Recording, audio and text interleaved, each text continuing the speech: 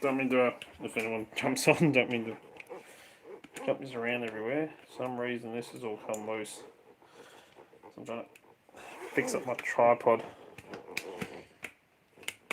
Please tell me that's got it. Yeah, that'll do it. Alright, just while I quickly get some work done. So I've got to cut a order which has got to go out tomorrow. Where are we? I've got to clean that up.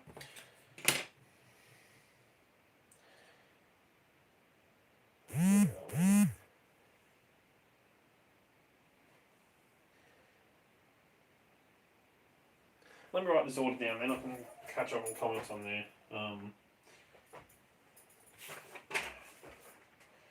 Piece of paper will do. Paul's got a pen on me right here. Hey Dons, what's going on? Just doing a random live Blazers and night shift. I'm just got to cut an order to post out.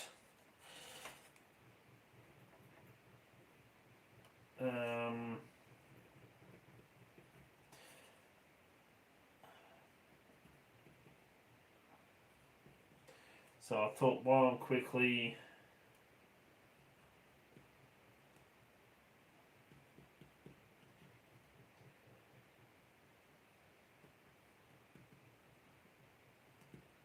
what's it? 1, 2, 3, 4, 5, 6.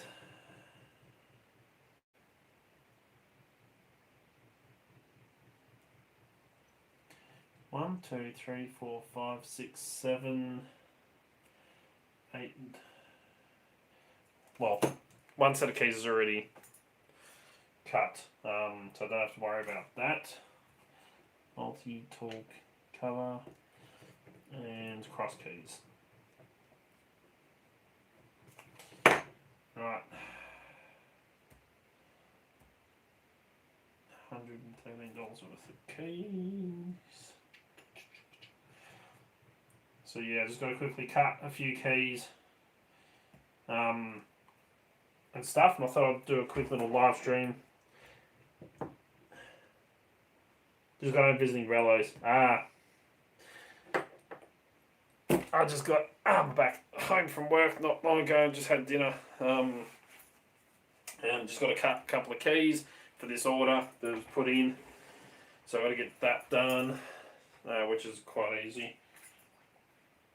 But yes, back at work today, which was nice to get back to work. Yes, and happy 2022. Now it's a new year, so I thought I'd do a quick catch up while I can. And my postage has been delayed a bit.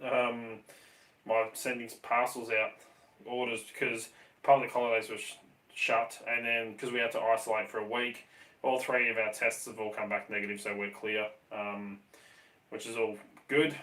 Really happy about that, which means I can get back to work. So it's literally been hectic because, yeah, got shit going. But anyway, thought I'd do a live and say good day to everyone. Now I need to organise some keys. I need that one, that one, that one, that one,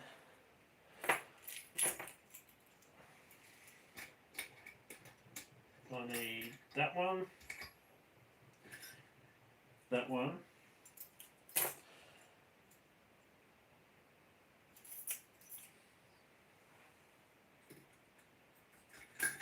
that one. Just a couple of keys I've got to cut. Yes, bug free. Kinda. And a little bit of pain at the moment. That's why I got, actually that patch is worn off now. I've got to replace it. I had one down here as well, but that was coming off at work, so I had to take it off. Trying to get back into my fighting shape, get back into martial arts training again at home. The weightlifting and everything, and because I haven't done it for so long, I didn't even think. I just grabbed my bar, loaded up with like, I think it's like 20 kilo on each side or something like that. Just grab it, easy curl bar, go like that, and next one I just felt bang. And I'm like, yep, there goes the muscle.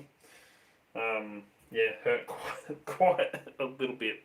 But anyway, I'm going to cut some keys, and then I was going to chat to you because I just finished printing another set, which I've got to clean up. This is the KW1 key cutting templates for the Litchy key cutter. So I've already cut a couple of keys. I'll show you it. We'll go over that. I don't know if I... So they're up on Thingiverse, which means that they're free to anyone. Anyone can download them, print them, and stuff, and use them. Because it's been released to the public. But they've only just been released, and I'm probably not going to print and sell them. Just because John Lockpicking is the guy who invented these, and I don't want to go step on his toes because he's a bloody good guy. So, yeah, that kind of screws me around just a fraction. I got to go through all my key blanks. I really need to get a bigger freaking office. Yeah, I know, I'm a doofus. Shit happens. Just a little bit. Shit, I need 3 of them, don't I? And you can kind of see, don't know if you'll be able to pick it up on there. Hey Alpha, Happy New Year, man. Kind of see my logo stamped into these keys. Yes, Happy New Year.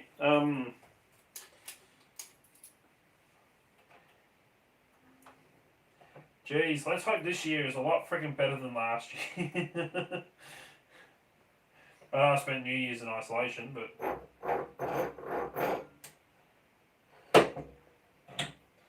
So, when I calibrate my key machine, so people calibrate it every, most people think it's every 10 keys or something like that they cut, just to be on the safe side. I calibrate mine a lot more often than most people. I calibrate mine after every 5 cuts of keys. Some do even longer. Just let's move you down a little bit for the moment. Just because I like to make sure that my keys are perfect every time. It shouldn't be too hard. But we're just starting. Actually, here in Ballarat, we are now up to... we're now up to 90 cases of COVID.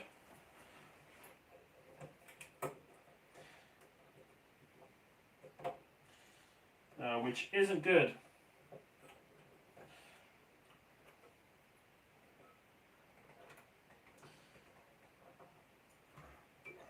So, as I was saying, we were lucky.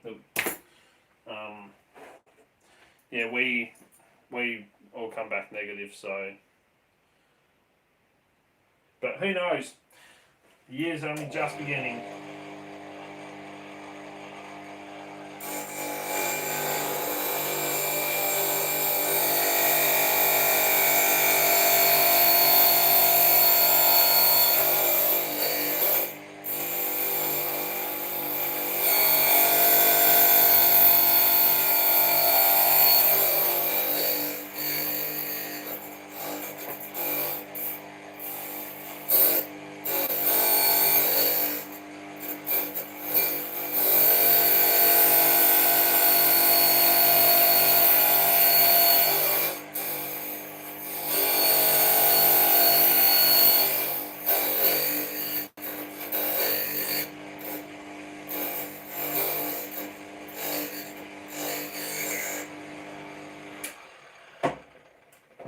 So yeah, we're only just beginning. Who knows what's going to happen this year?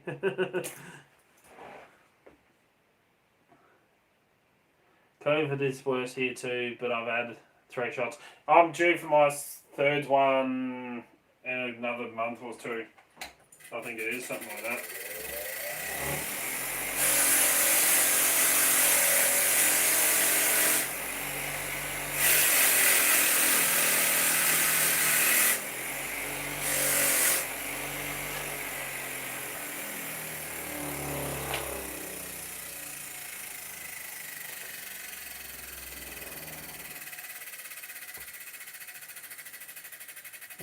Shoot.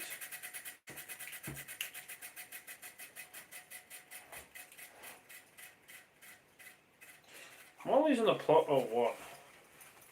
I swear I'm losing the freaking plot.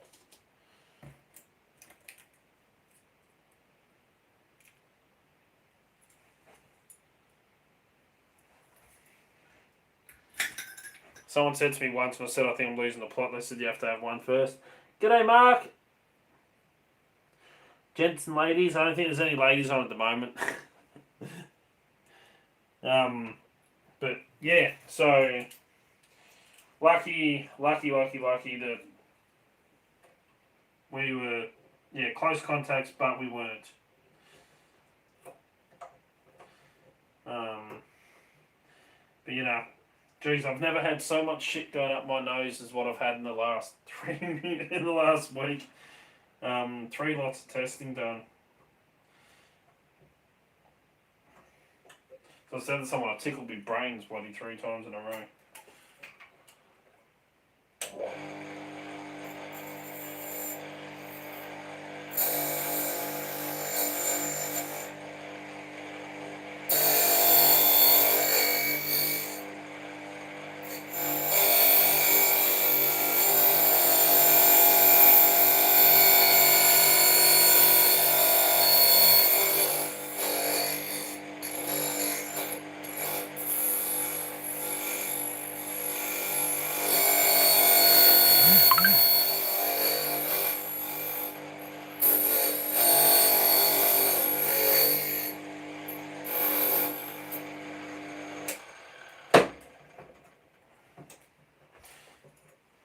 But anyway.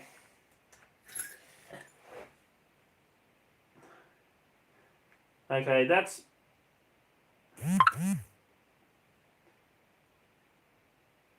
Russian, I believe. Must be a bot. Even bots are joining my live streams. I've been very busy. Yeah, it's crazy how busy this time of year gets. Really is just, crazy. Super bloody crazy.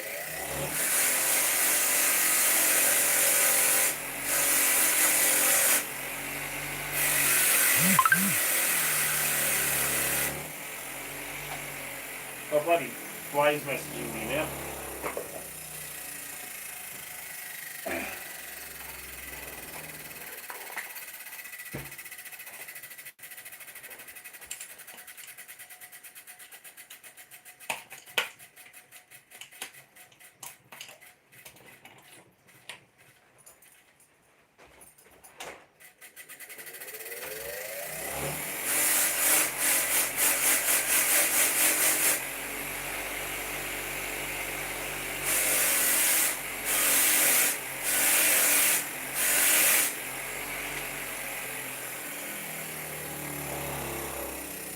I like to make sure my keys are polished nice and glide in and out.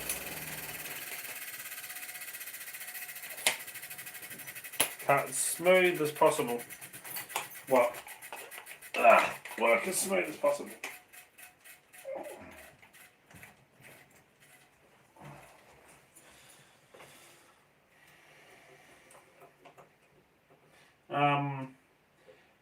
But as I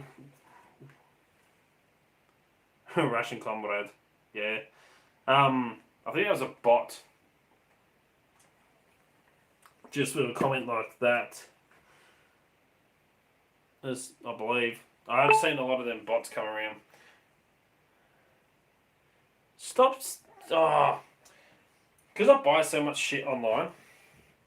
I keep getting notifications from like AliExpress and stuff. So I'm looking at getting a KW5 Litchy pick, so I can decode and cut. Exploring the Litchy Delve. Anyone else exploring the Litchy C20? So I've got the LW5, which once I finish this live stream, once I finish in here, I'm going to upload the video tonight of my review of the LW5 Litchy pick, and tell you that the spacers that I print are now available. So that I'll be uploading tonight. I'm looking at getting the Quickset KW5 pick so that I can actually decode out in the field. I can decode and then cut one using the Litchy key cutter and the space and depth guide that I 3D print as well. So yeah, hopefully I'll have all that.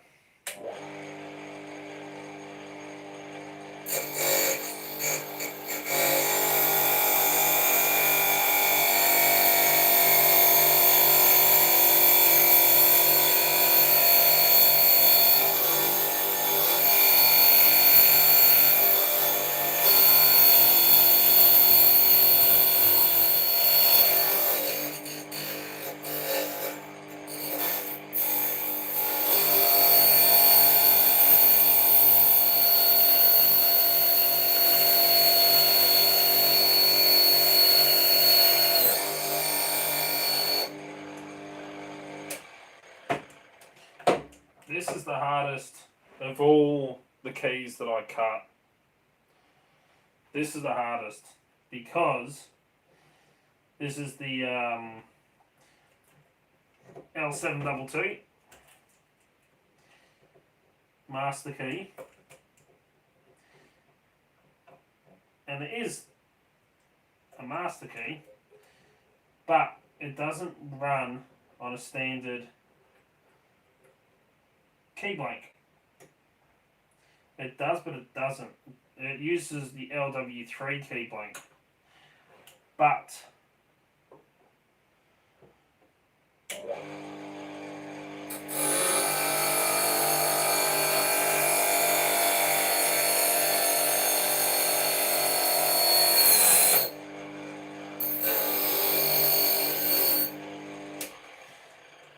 it is shorter, quite a bit shorter. So you gotta, yeah.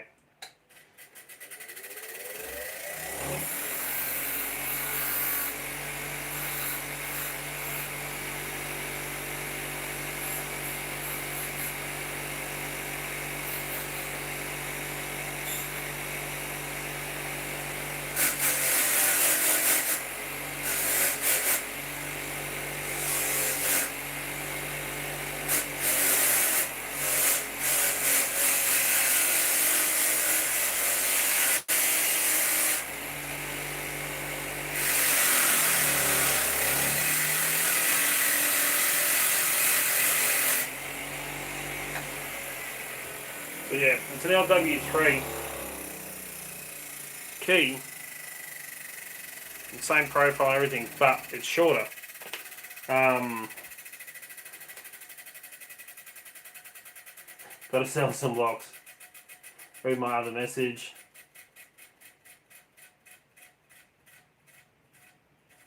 Oh, all good, mate. I don't really come across.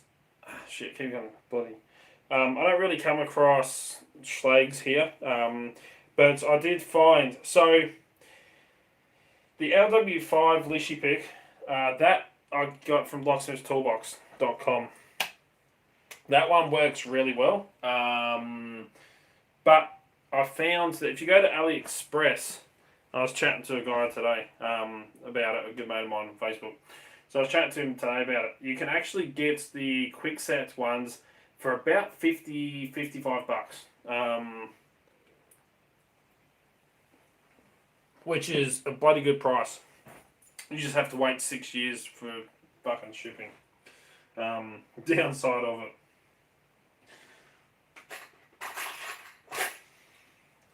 So, yeah, downside of it is waiting 6 years for shipping. Upside is you get them quite cheap. Probably the cheapest there is. For quite a few of them. But I do love the LW5. It does have its drawbacks, it does have its downsides to the pick, which I explained in the video. The video is about 25 minutes only because I'll try to cover a whole lot in one go. and stuff. So I'm not going to spoil it. I'll wait till you just watch it when I upload it later tonight.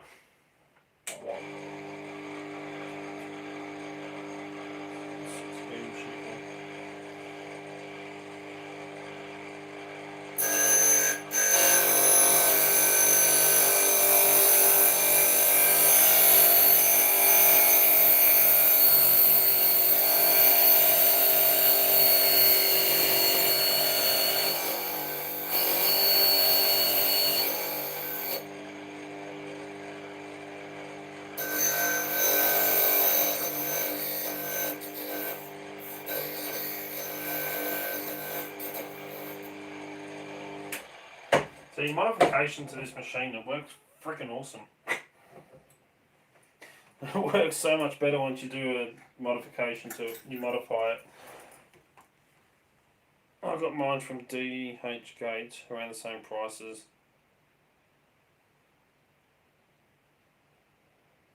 KW and LW. They are the same keyway. Quickset is, so, Quickset locks here.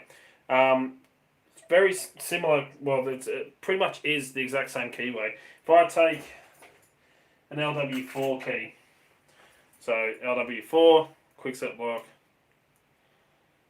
the cheaper brands, that won't fit. The cheaper brands keys, the really thin keys, which I don't have any of on me. WC2, again, same keyway, WC2s will fit in here. The really cheap Keys brand keys. Keys brand keys. This is really, really thin. Usually, yeah. So, Quickset, Smart Key, LW5, which you kind of see on the back, will fit. So it is the same keyway, but Quickset is a lot thinner, hell of a lot thinner. So the quality key, the keys that I use for my bump keys are either silica, which are really expensive nowadays, or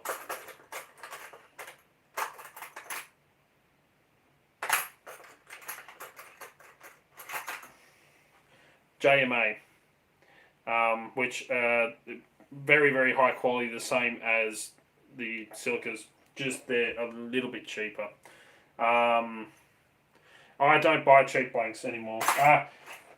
So the only time I buy really cheap blanks is like these ones here. These are Quickset. These are Go Shop. So they're literally like a couple of cents each. The only time I buy really, really cheap ones like this is for testing products out with. For example, the Litchy key cutter that I 3D printed, the templates for that. That I buy the really cheap blanks, so I'm not burning my expensive blanks that I use and sell. So yeah, I don't buy the cheap blanks. The keys, honestly, the keys, key blanks, like this one here, you try bumping with it, and even after a little while, literally, this one's bent. They're that thin and they're that cheap that they just don't last. And I'm not going to sell a customer a key, but that's just in my fingers. I'm not going to sell a customer a key that I can do that to. There you go. Yeah, they're just shit. I'm not going to sell them to customers. The only time I use really cheap blanks like that, I had a guy want a set of space and depth keys for LW5s. So I actually cut him a set of space and depth keys using the cheaper keys. I think it was you, Dons, actually. You wanted a set of space and depth keys, so I cut them for you. I actually did the cheaper keys for you. I don't sell them, but I can do them. So, like that 3D printed template. Jeez, that's cheap. Yeah, keys. I think I ordered them ones to do your space and depth keys. I think it's like 10 keys, and using my normal keys at $5 a key, or $6 a key now. I'm still cheaper than like Mr. Minute and the locksmiths here who charge like $9 a key. But that's only because of the cost of the prices at the moment. But yeah, you're looking at space and depth keys, you're looking at a set of 10 keys. Or 9 keys, 10 keys. 0 right through. So, what's that, 1, 2, 3. Yeah, so honestly, $50 for a set of these is a bit too expensive. So to do them cheaper, I can get the cheaper, nastier key blanks like those keys ones. I have to actually order them in. Actually, here's one here. Go Shop. I have to order one in. So these are cheaper ones. For space and depth keys, because I mean they're useful for like these ones.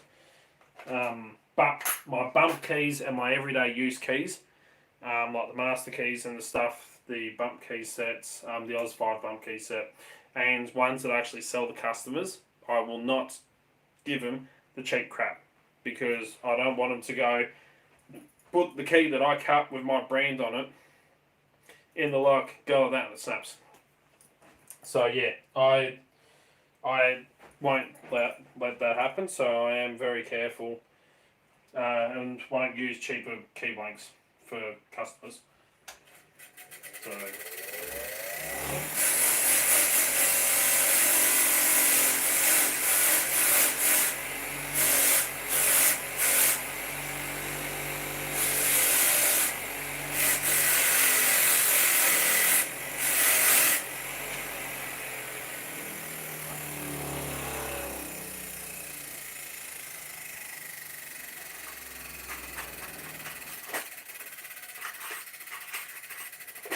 and some of these key blanks are really freaking expensive to get hold of these days. A lot of the prices have just gone.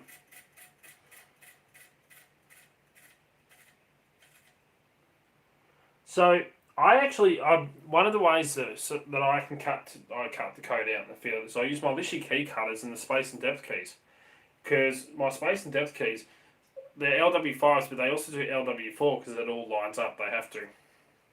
So I can actually clamp my 2 keys together, same way as I can copy a key in the field, but I clamp the 2 keys together and actually cut with them. It's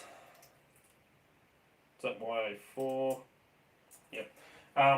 So it's, yeah, you can cut the code doing that. I do it out in the field if I have to code cut a key. Or if I'm being a smart ass and showing people, I'm like, oh, take a photo of the key, decode it, and cut one. I actually, my Litchy key cutter is normally in my break and anything kit over there, but I've actually got it in my jacket pocket because I took it into work tonight. Because one of the ladies I'm working with, I'm meant to be cutting the key for her house, but she keeps forgetting it. So I'm just going to see if I can quickly copy it at work using the Litchy key cutter. So we'll see how it goes. But I'll show you all that in a second.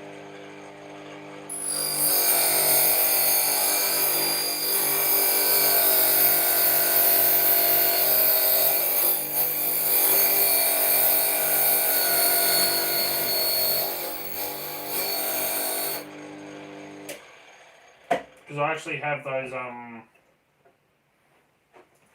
I don't mind the Litchy key cutter pliers. They're actually not too bad. They don't cut a nice smooth key like my machine.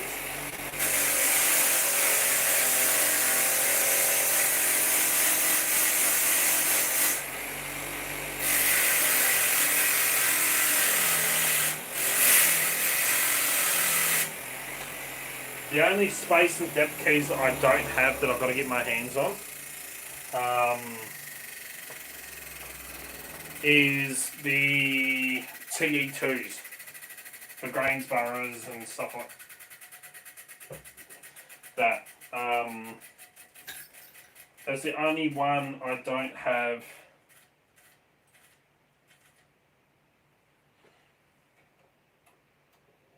Space and depth keys for, which I've got to get.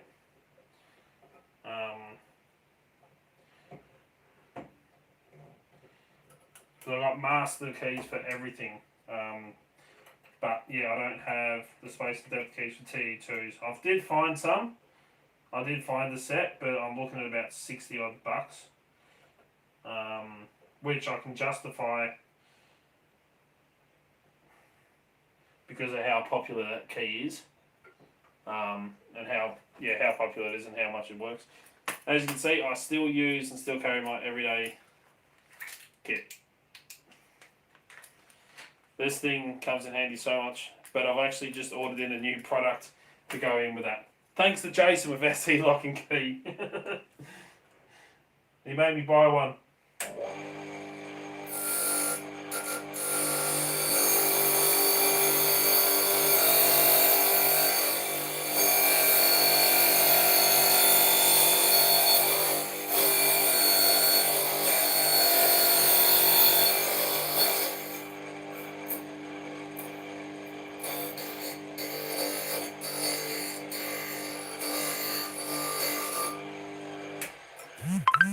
And for those of you that are interested, Damon, stop bloody Snapchatting me.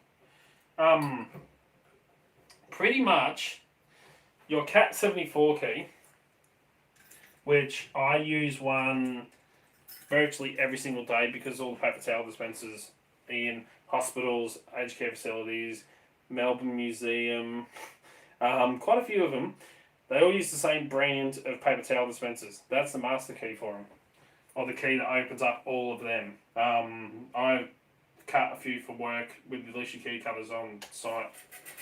So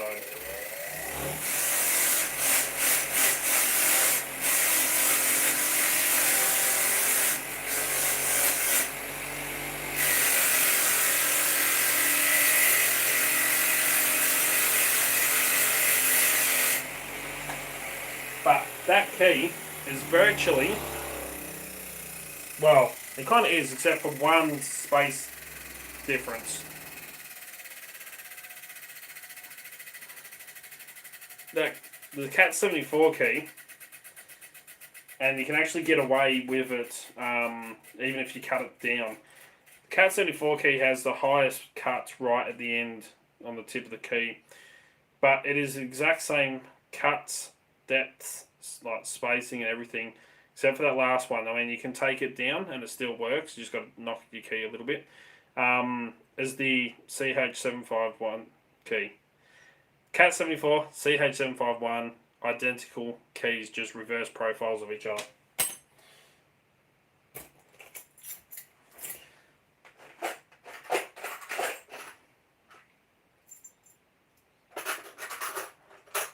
So, yeah, kind of funny.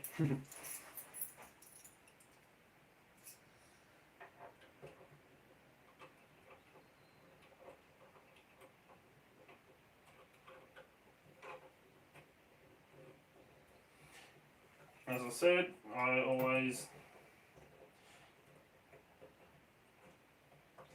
calibrate.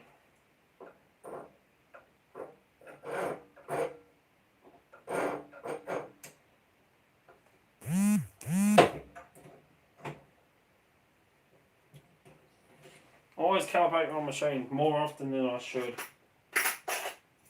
Worst thing is when you're out, like I'm doing it out in the markets and stuff, and I've got to calibrate it so much.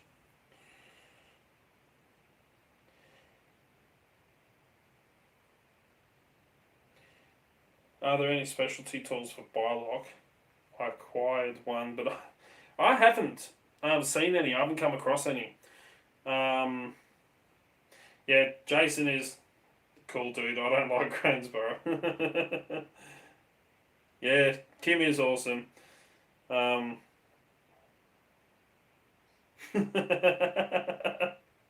Still toilet paper.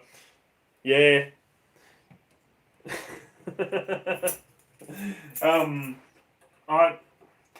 The keys at work go missing all the bloody time. Like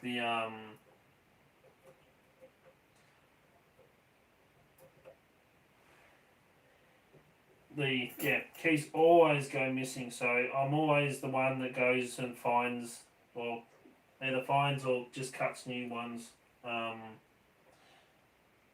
for them, because they keep bloody going missing.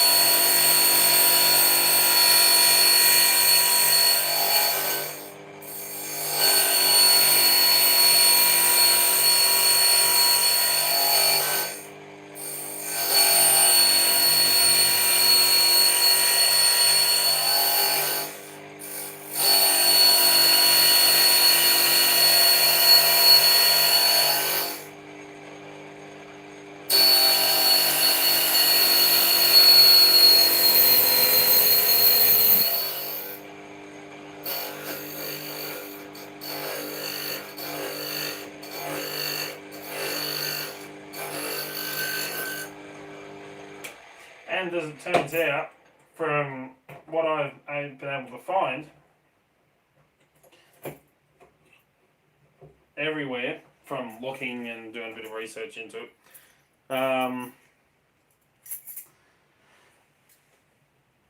shopping centre doesn't have the locks on the TP dispenser. Saved my backside during the TP shortage. Ah. Yes. I'm the only one that I have found here in Australia that actually cuts and sells the CB44R bump key. No one else I have found sells it.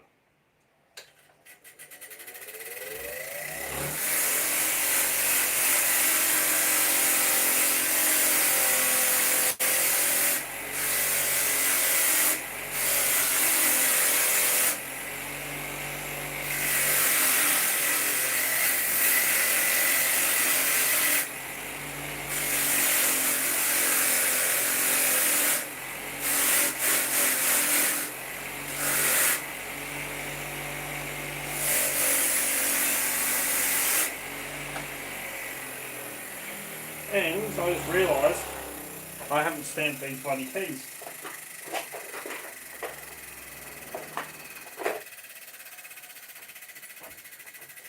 Worst thing is this stamper doesn't work that well in here. I need my little hammer. Shit, sorry, don't mean to knock yous everywhere. Where is... Normally I use my big ass sledgehammer and my anvil out the back to stamp these, but so they don't really work that well in here anymore. The other ones do, but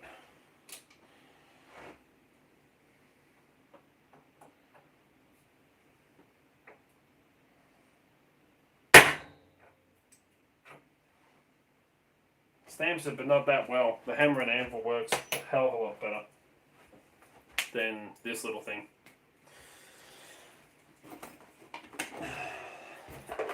That's why I pre-stamped all my keys, so now I'm going to have to go through and stamp them, since I forgot about that.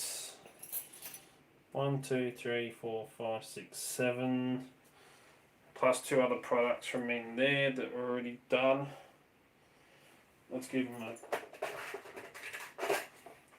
key ring, put all these on.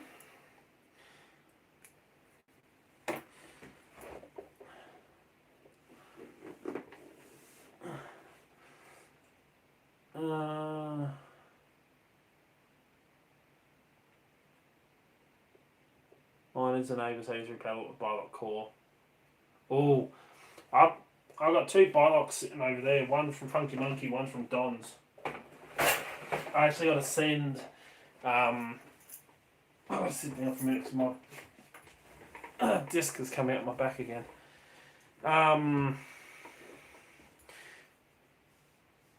Breaker. So yeah, I got the 2 sitting over there.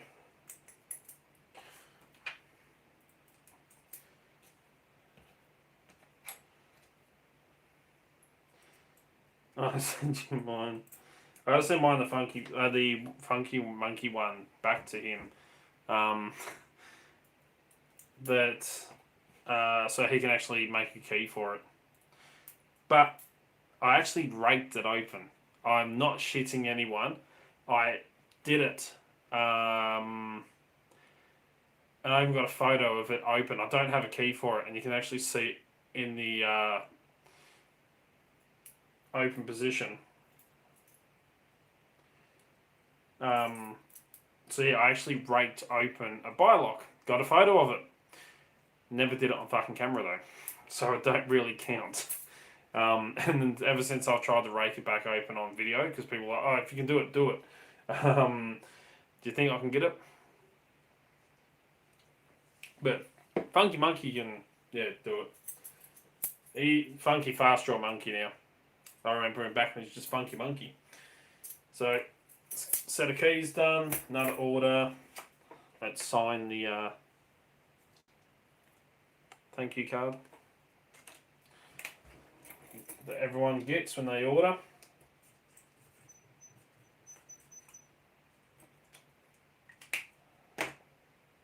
All signed.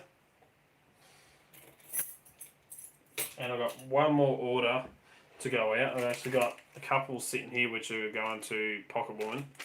These are the spacers for the LW5 Litchy. So you can actually cut, well, use it to pick LW4s. Well, the 5-pin version to the 6-pin.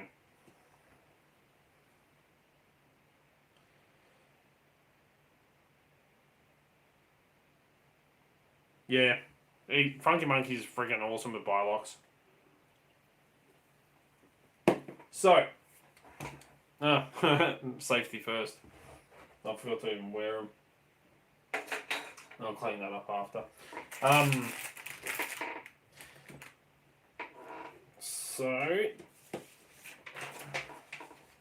So much shit sitting over here because that is literally my in-person training kit that I'm getting together for when I'm out and about training people. I have a kit set up ready to go so I can take it and then just train people picking and having a bit of fun with key casting and stuff like that. So the Litchy key cutters. Let me run and grab mine.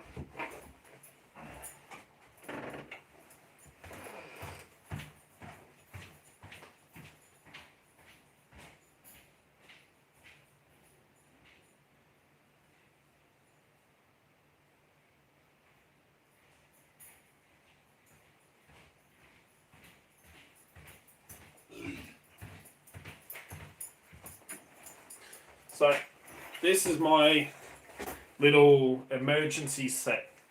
That's why it's in my break into anything kit. Have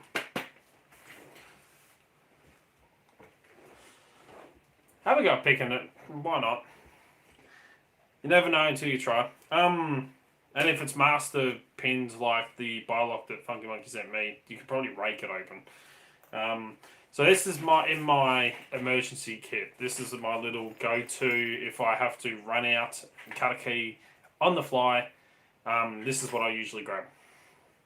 Rather than trying to cut this, I can do this, and I do take it sometimes if I've got a job where I've got to cut a few keys. Even do car key or something like that out. I will take this with the inverter and the big battery pack down there. And that, so, it's a lot to cut. Throw it in the back of the ute, take it up there. I can do tubular keys with the little round key cutters, the handheld machines. That's easy if we've got to go cut a tubular key. I'm the only one here in town that actually doesn't that I know of. I haven't seen anyone else that can cut tubular keys. I'll grab and go, because I actually had a guy come up to me at the market. He wanted a key cut for his Harley Davidson. Uses the tubular key. He tried getting one cut anywhere else because he only had one key. Nowhere else would do them.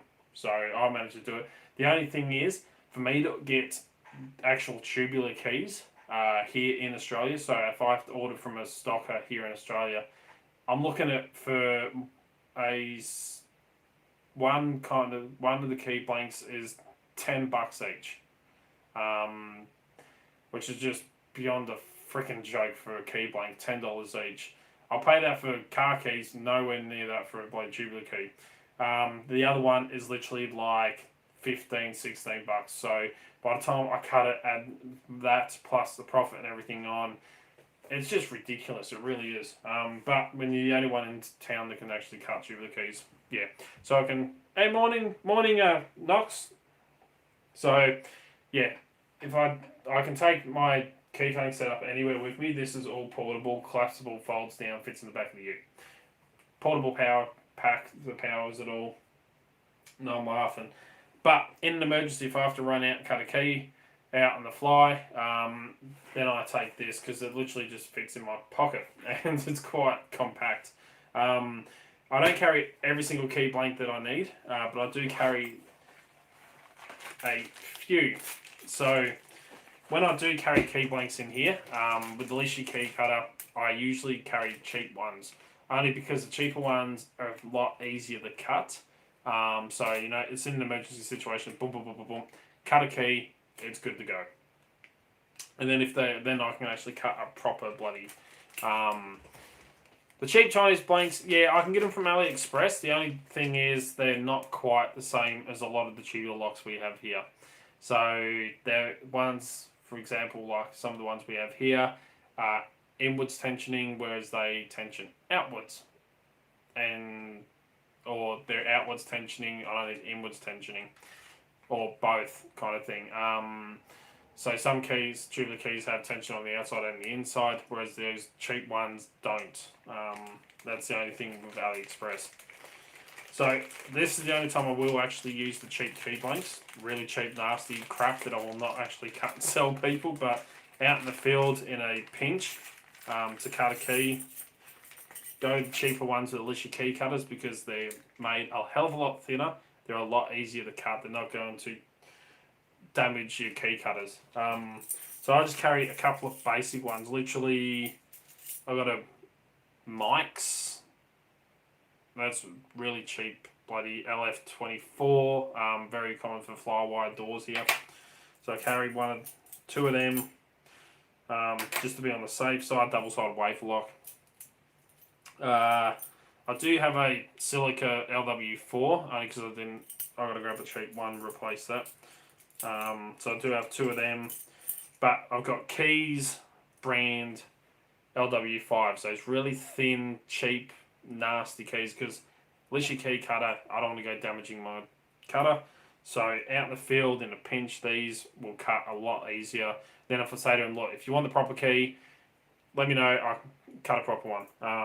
That I could charge like $2 for, or $1, out in an emergency. Whereas if they want a proper key,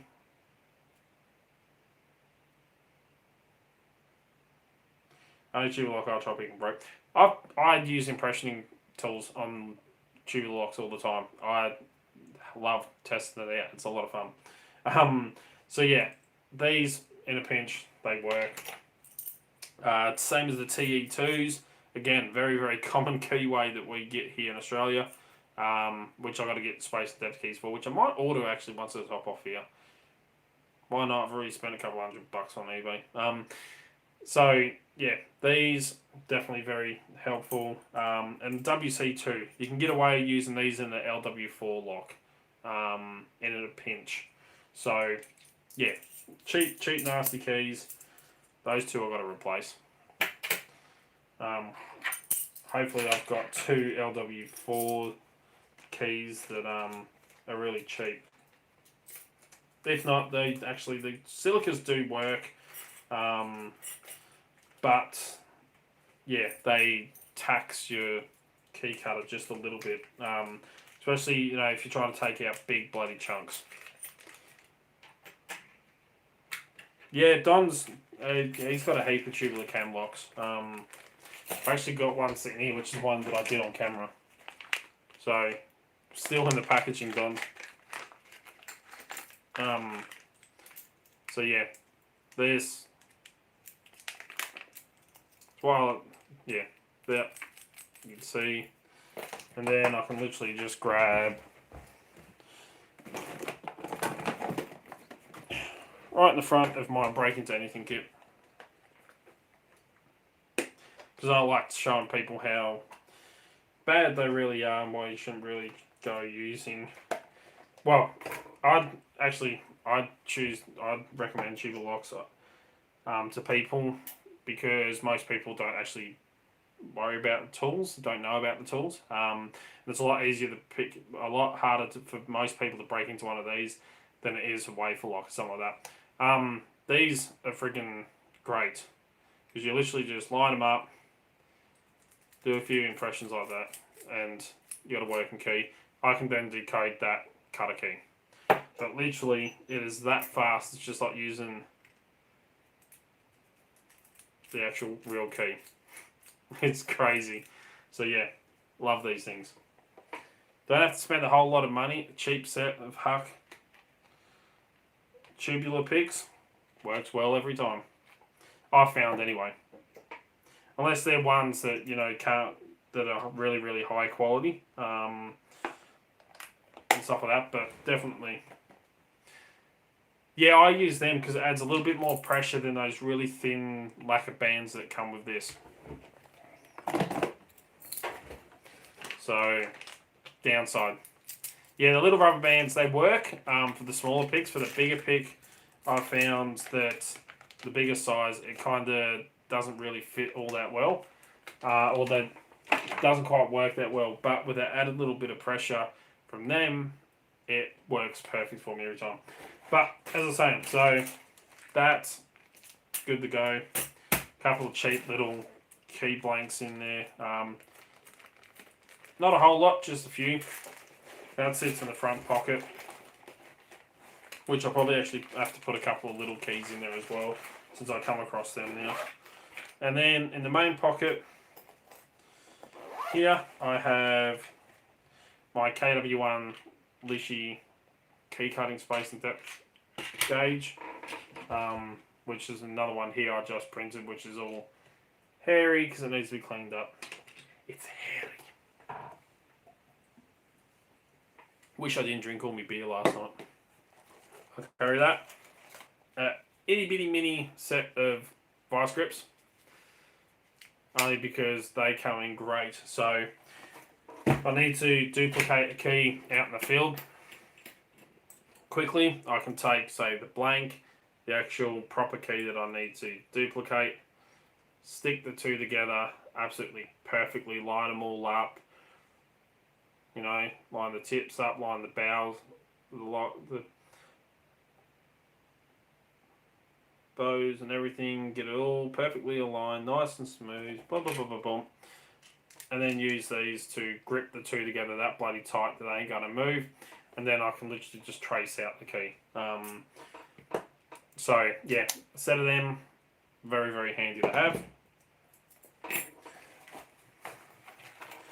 Just to clean the keys up a little bit, an old little wire brush, just to smooth out any little nips that, you know, don't quite, when you cut with those cutters, you know, they don't cut the absolutely most perfect key. There's still little bumps and nicks and stuff like that. So I carry literally just two cheap little needle files, a flat and a round, just to smooth it out, any little,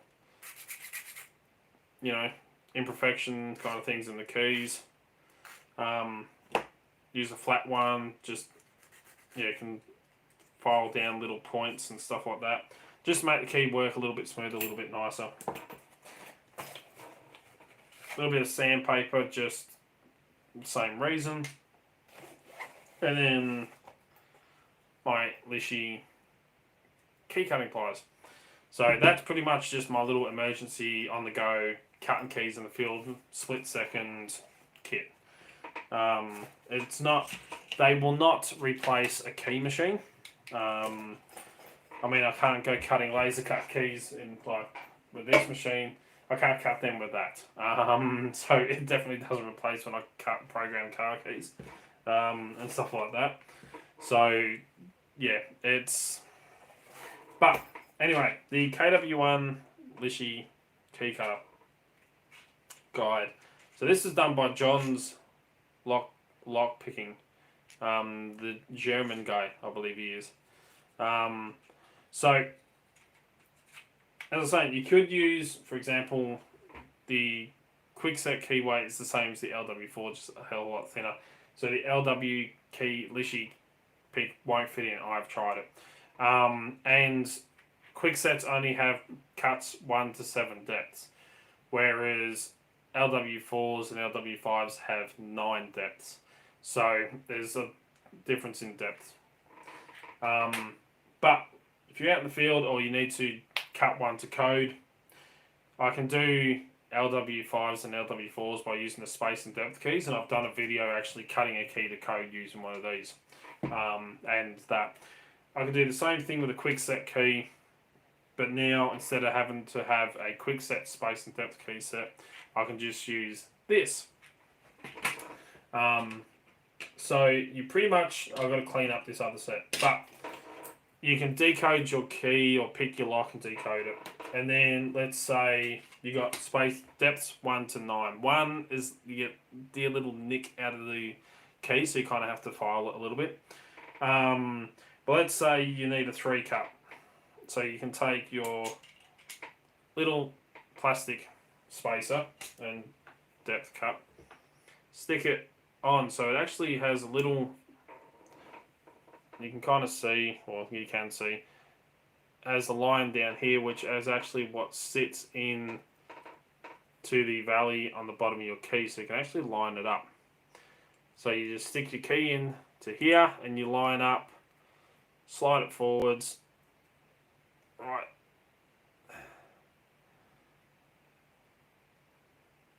there, and line it all up so that your shoulders of your key actually line up with that.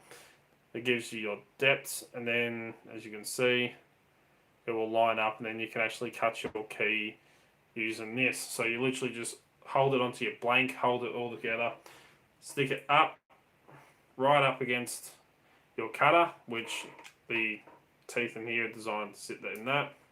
I'll do an actual video on this, and then just clonk, cut it out, and then, you know, do your 3 cuts, do your 5s, whatever, and, you know, cut a key. That's what I did with these, to test it out. So it does work.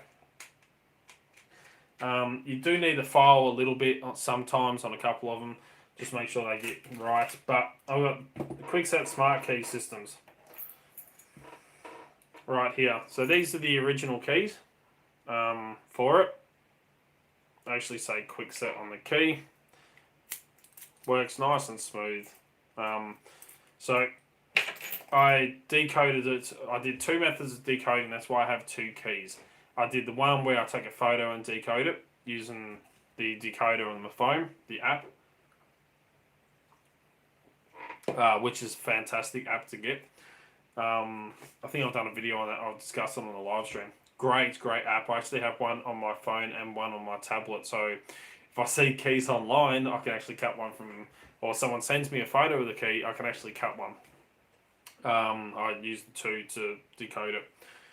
Then I cut one doing that. Snap decoder, yeah, that's what I use. I use one using that, and then I use one using a space or a key gauge. Decoded each one and cut them all out. And I can actually tell you which one is which, because there was a slight variation in it. That's the one. So the first one here is what I used the key gauge on. Actually, no. First one that's the one I used the decoder on. Which, you know, is the first one I cut. And no, sorry.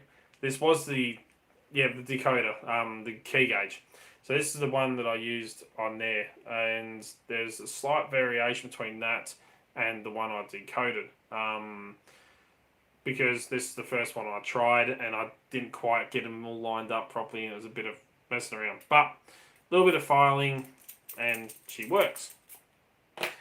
The second time I did it using the app and then decoded it and everything, I actually worked out how to hold it in properly, how to line it up, how to get a good cut out of the actual Snap Decoder is free. The Instacode Live is the one where you can pay for a year or something like that, or each month, and I have Instacode Live as well. Also, I have both apps, Snap Decoder and Instacode Live. If I need to cut a key to code by looking up the code, the blind code for it, then I just pay for a month, which is like $10 or something like that. I think it is for a month. For Instacode Live, get it, find out what the code is, cut it, and then I'm good to go. Because I might not have to find what a key code is for. I haven't had to do it for like 4 months, 5 months, even longer actually, since I've had to use it. And Snap Decoder, done, take a photo of a key with it, decode it, cut a key.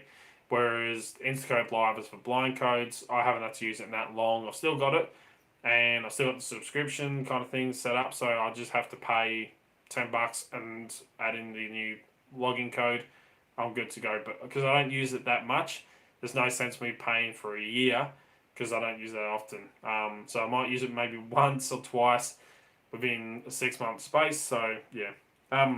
But snap decoder, decoded this, used the same Litchy spacing cutters, the cutter, same KW1 templates, and I actually got it to line up a bit better. And to make sure it was nice and flat when I actually cut, I kind of held it up against a solid object like the table.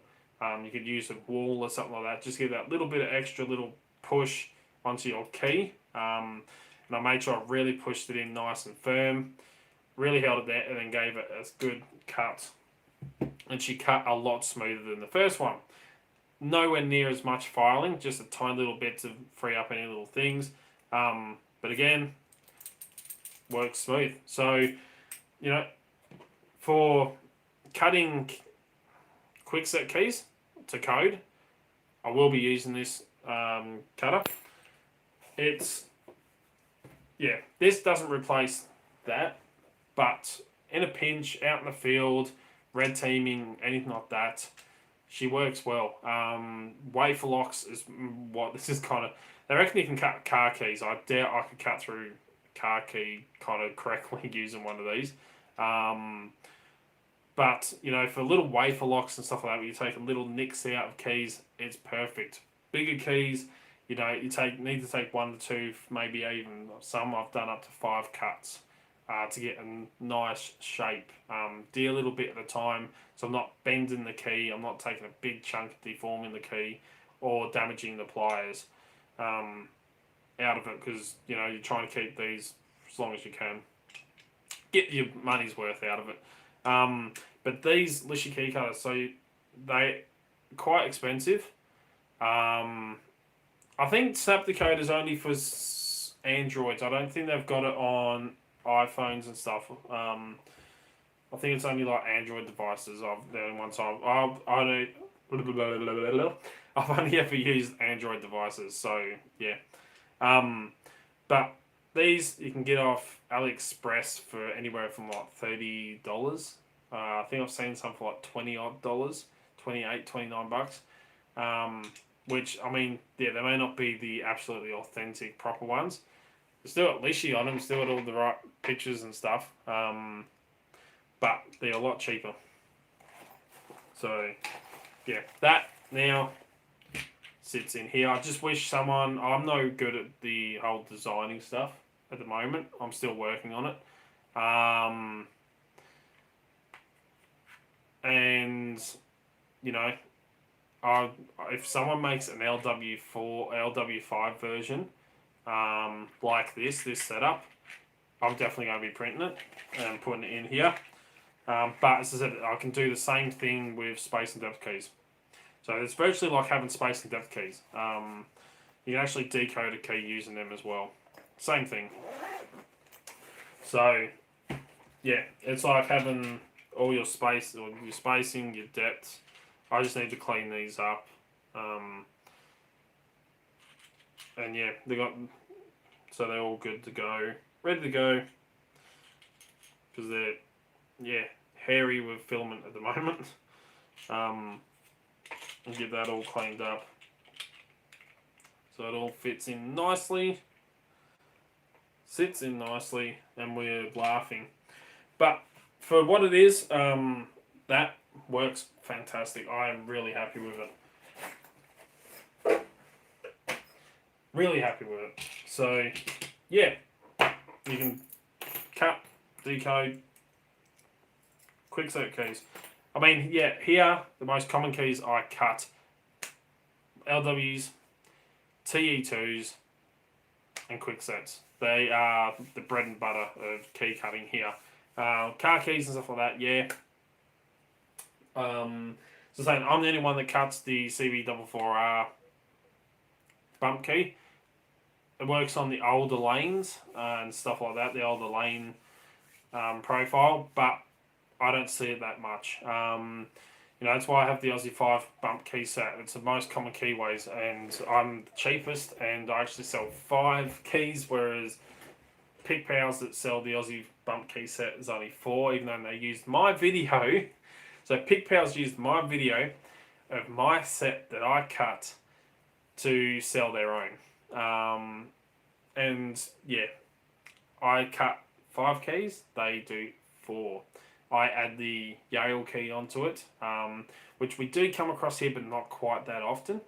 But I have the LW5, LW4, the LW4R, which isn't quite as common, but we still come across it here, which is a reverse profile. So I cut that one, and the TE2 bump key. Yeah, they even sent me the email saying, oh, you know, check out Dalp's review of bump keys. I'm like, and it's like, if you want to buy some, here's where to purchase it from. I'm like, Pick Pals. That is my video of my keys that I cut. I don't care. I mean, all good for them. They share my video around, so it kind of works. They keep contacting me, actually, asking me what my review products, my policy is with review products, what my setup is for reviewing products. But they keep calling me something else, like,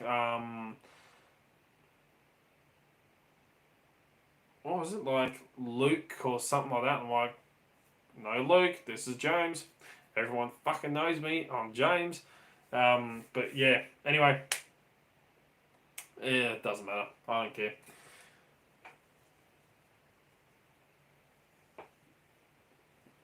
Do it, Delp. You want to. I mean, they said to me, like, what's your setup for your reviews products? And I'm like, I don't really have a setup. I don't have a deal with anyone, or anything like that. I literally just get sent products by a seller here in Australia. They literally just send me products for free. Sometimes it tells me if they're coming, sometimes I don't know. Might just get a message saying, you got some stuff on the way. Just sends me stuff for free. No strings attached or anything like that. You know, I don't get paid for it. I don't get anything in return. I literally just get sent some products, a couple of products every few months for free to review. Do whatever the hell I want with. The only thing I got to do is put a link to them in the description of my videos when I do the review. So, quite literally, I actually buy from this. So the products I get sent in are from Locksmithtoolbox.com. The guy who runs that sends them to me. Literally, I buy stuff off them all the time. I buy key blanks off of him for car keys and stuff like that, because he has some that I cut and deal with. So I order off him because it's cheap. The key blanks for him, and he's a great guy. So I order stuff off of him. Anyway, and I like his stuff. If I like stuff, you know, from a seller, I'll put a link to them in the description of the video. I can put a link to my website in the description of the video. You know, so it's, yeah, all part and parcel of it. But yeah, I like this stuff. I don't get any kickbacks. I don't get paid for the reviews or anything. I just, yeah, review stuff that I want to review, give stuff away that I want to give away, and stuff like that. So, just an example vid. Yeah. It's like when the Bare Bones Lockpicking contacted me and asked if I wanted to review some of their products. They said, we'll send you some for free, rah, rah, rah.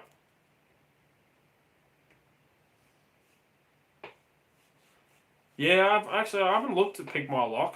I've heard about it, but I haven't, ordered off them. I haven't even actually really checked them out. I've ordered off Pick Pals. The recent purchase off Pick Pals was like $60. That was for my handcuff, training cuff, to teach people how to pick handcuffs and stuff like that. That I ordered off them. My Sparrow's Monstrum XXL that I've still got today. I've only broken 3 picks in like 3 years that I've had it. I've used it virtually every single bloody day. That I bought off Pick Pals for like $170 odd. and then, yeah, Locksmithtoolbox. I've bought stuff off them. I've bought the key blanks. I have purchased picks off of them. I've purchased shims off of them for padlocks, under door tool, stuff like that. A couple of products off of them. So, yeah, I didn't know Pick My Lock. I have to check them out. But, yeah, so yeah, they contacted me, Bare Bones Lockpicking, I said, the only condition, and this is the truthful thing, the only condition I'll have with reviews is if I think the product is shit, I'm going to say it's shit. I'm not going to sugarcoat it and just be nice because they're sending me something for free, which I've heard there's actually used to be a reviewer around. Not Bosnian Bill, make that clear. Not him. When you say reviewers, it's like, oh shit, Bosnian Bill. No, because people, the whole controversy came up when he bagged out Peterson. One of their sets just picked shreds to it, said don't buy from Peterson anymore. People are like, oh, Peterson stopped paying him for reviews. No, that's not what I'm talking about. But I did hear, I don't know if it's true or not, there's another person that was doing reviews, and they were pretty much just saying to any company and every company, if you send me some stuff for free, I'll give you a good review. As I say, this is just speculation. I don't know if it's true. This is what was just told to me. I'm not going to mention names or anything. And yeah, they were just giving crap products a good review. As I said, I will not do that, and I don't care if a company contacts me and says, can you review my product? And I say yes, and then, if I turn around and say the product's absolutely friggin' shithouse because it is, and they crack shits with me, I'm like, well, I'm sorry. If I don't like your product, if I think your product is freaking shit, if it does not live up to the expectations that you put on it, what you describe it as and stuff, and then I'll break all this down for Bare Bones Lockpicking. If I think the product is shit, you claiming it's for beginners, I'm going to test it like a beginner would test it. And stuff like that. I'm going to put it through its paces. And if it breaks and if it deforms and if it's shit, I think it is, my opinion that it is, I'm going to say it's shit on camera. And I'm going to tell people I don't recommend it, don't buy it. Which, it could cost the business money. But at the end of the day, why would I want my viewers and stuff to go and buy a product that I recommend and then go, oh, it's freaking shithouse, it's going to destroy my reputation. It's not what I'm about. It's not what I do. As I said, the Bare Bones Lockpicking, it took me so long. Hey, Blacks! What's going on, bro? It took me so long of testing the Bare Bones Lockpicking picks before I did the review of them. It took way longer than everyone else. Everyone else put out their reviews before me. I've tested the shit out of them before I did a review on them. I still have some products sitting here that I haven't tested yet, which I don't have the locks on me at the moment to be able to test the products. The Litchy pick, I put that through its paces. I had that for a few weeks before I reviewed it. I don't just review stuff and go, oh, look, it looks pretty. Oh, look at this paintbrush. It looks pretty. This is what it says it does. This is how it looks. This is its features. I don't do that one. As soon as I get a product, I go, I actually test my shit. I actually put my shit through the paces. That's why I say in my review videos, deformation in the pricks or whatever the product is, deformation in it, scratches, broken parts. It's what I do when I'm testing. Even the products that I sell, I will test them before I send them out. I will not sell and give out products that don't freaking work. It's just me. I will actually make sure that they work. I've had a few products where I'm like, right, I've printed them off. For example, I'll show you one product right now that I was really looking forward to launching. I was really happy with it. It didn't fucking work. I couldn't get it to work, so I didn't launch it. I could have and still, just rip people off. I got them all sitting. They're sitting here or they'll throw them out.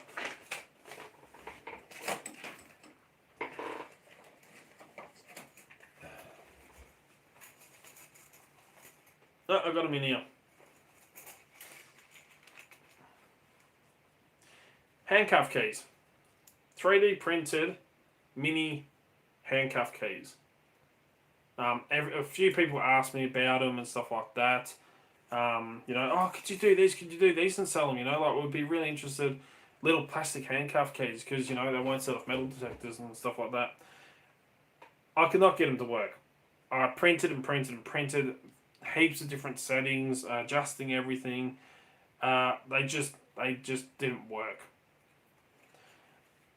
They would snap off in my handcuff and stuff like that.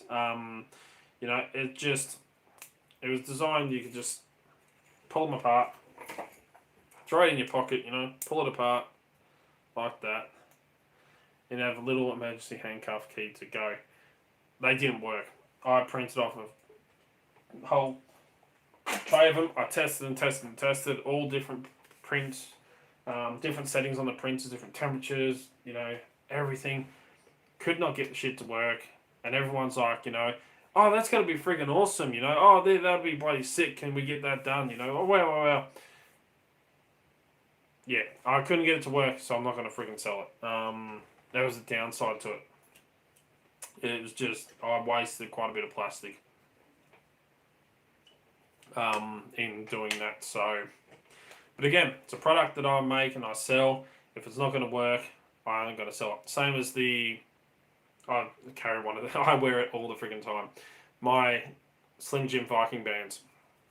I've tested it, and I've actually had other people test it in the field, doing demonstrations at a security conference, slipping a door latch, one non-stop, proper door at a proper venue, slipping the door latch and showing people and putting it back on their wrist, and then unbending it, slipping the door latch, putting it back on their wrist. Loads and loads of times. Put it through the test, and it's still holding up friggin' strong. I mean, he's used it way more than what I've used mine. And I said to him, really put it through its paces, let me know what you think. And then all of a sudden, a few other people in America bought them because they saw it at the actual... Yeah, next printer I buy the next 3D printer I buy. It's actually going to be a resin printer. I really, really want a resin printer. Because Dana was saying to me, oh, look at this, oh, wow, look at that. Can you print me one of them? And I'm like, that's a resin printer. I'll buy one when I can afford to. So that was put through the paces, not just me. Other people were testing it before I launched it. As soon as I launched it, other people they started buying them. The Viking Slim Jim bands, and I wear one every single day. I'm about to do a video on Covert Carry. A few options with Covert Carry.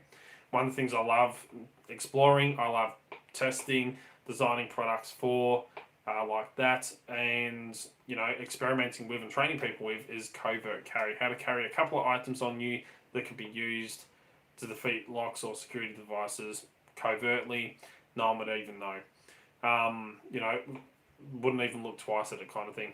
This is great. I have worn it everywhere. I have trying to flash it off to people and show them. They go, oh, that's a really cool bracelet. Where'd you get that from? I'm like, oh, I made it.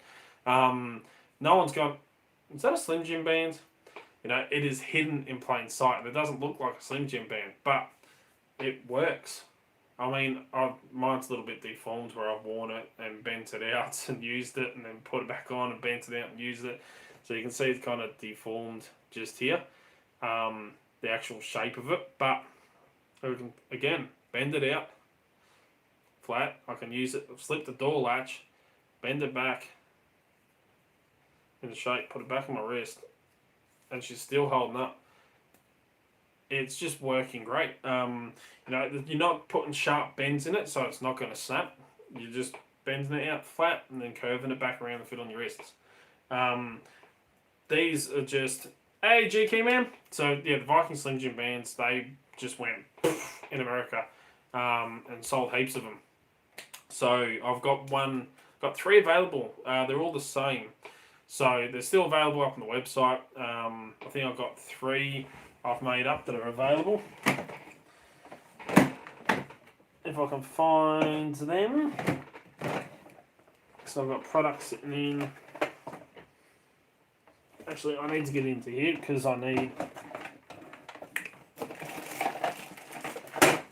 It's one of the ones for the order.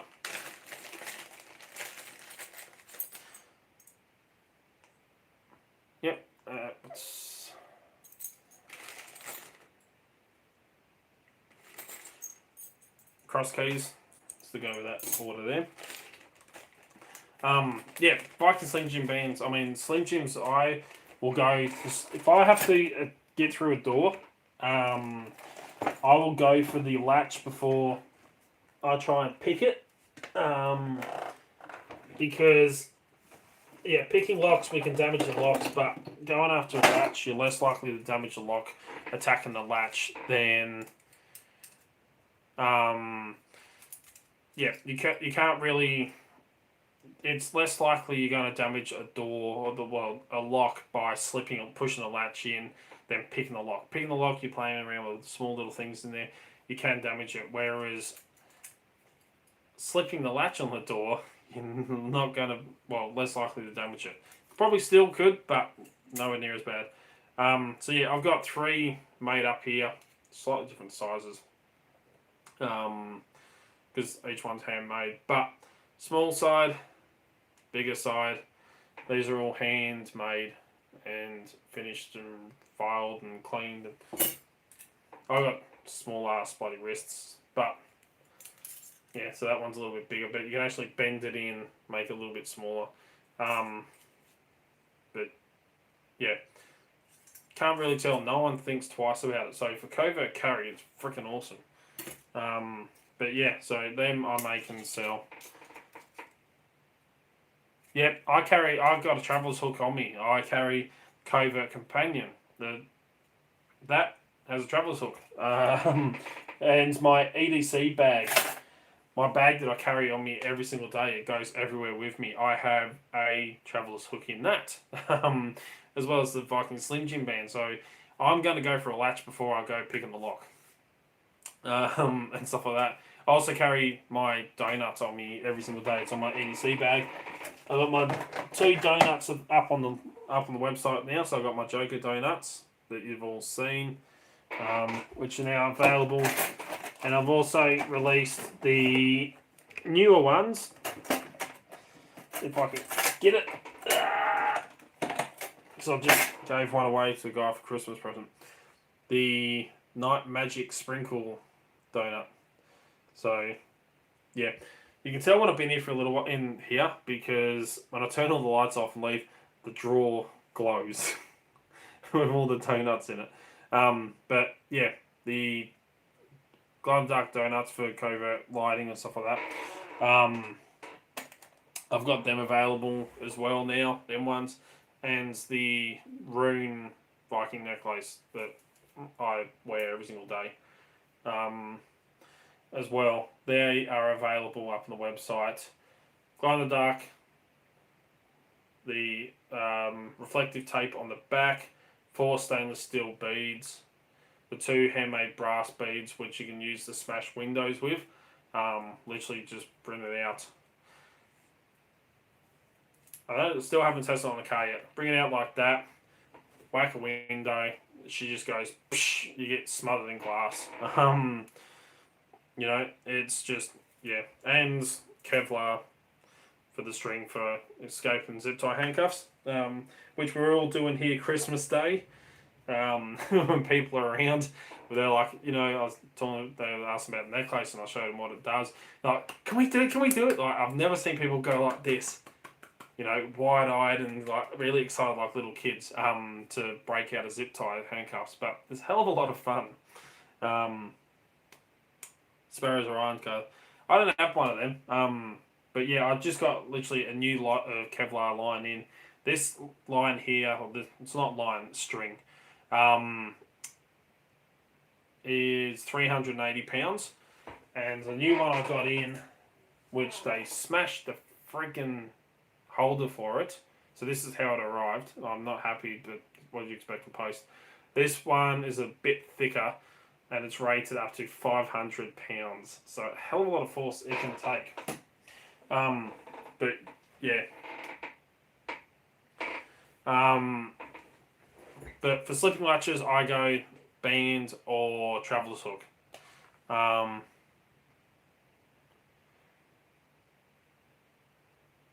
Yeah, I just put random because I don't know which ones that I will have ready. Because I know runes have special meanings. This one I think's strength. The ones I've got at the moment, I mean, it's too hard to put up each one, and I'm just making them as I go. So I've literally got them all sitting here. So I've got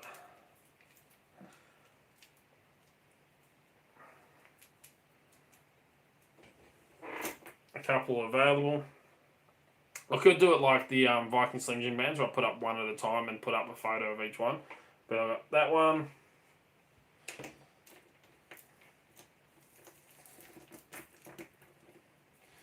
And I've just knotted these all up.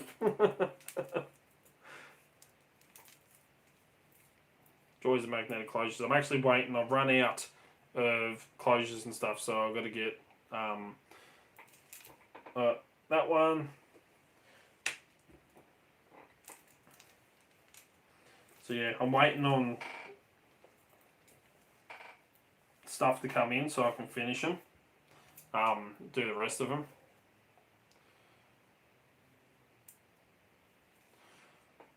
I mean, if I can show you, use the runes for those that actually want one, or they can ask. Might just put in there, you know, send me a photo of the rune, like in a message or something that you would like to order, or what the rune means or something. I can look it up and see if I've got it, because I got the ones for the molds that I've made. So I got that one. I've got the one that looks like the letter R. Alright, there. But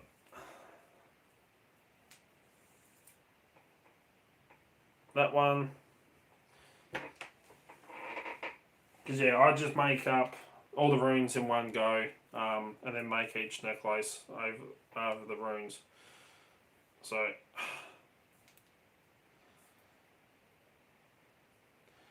I'm trying not to bloody tangle it all up. I really should get little bags, put each one in a bag so they're not all tangled. Actually, I've got bags, I can do that.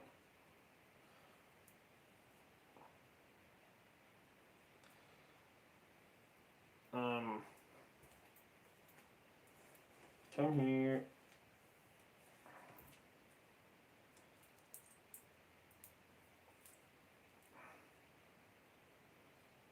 Oh, there we go.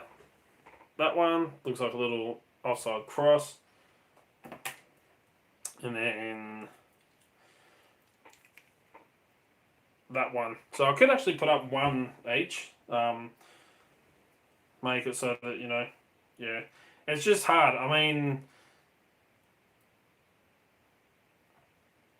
I'm looking into that. So the runes, I kind of dig runes because, I mean, turns out my brother did some research into our family tree and we got Viking blood in us.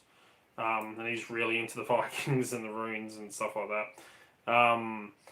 So I was looking at doing ones with, like, I can find, I found some molds for crosses and stuff like that. So I could kind of do like a religious cross. The only thing is, can't really put reflective tape on the back of them. But I will be looking into more stuff. Just I know the runes are kind of cool.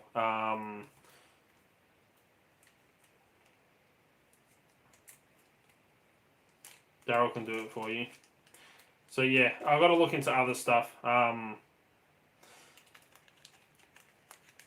But yeah, Viking runes I kind of dig anyway. And I got them in the tile options. So that's, yeah, what comes off in pentagram, yeah, zodiac. So yeah, I mean, it takes a while to make each one because by the time I make up the resin mixture and get in the glow powders and everything else, you know, I'm trying to do what would sell, what does sell, what people like. So yeah, I mean, I can have loads and loads of different stuff, but if some of it's going to sell more than other stuff, it's kind of, you know, like, yeah. And I know Viking runes are quite popular. That's why I went for runes.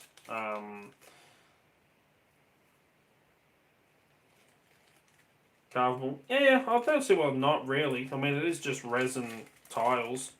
with glow powder mixed in. It's just really hard to get them to set right. Stuff like that. Same as the donuts. Donuts are all different.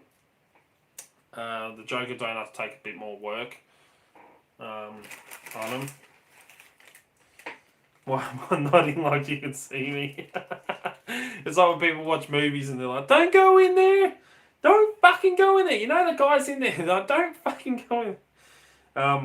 But other reasons why I made these things is they're great because you can actually, they're usable.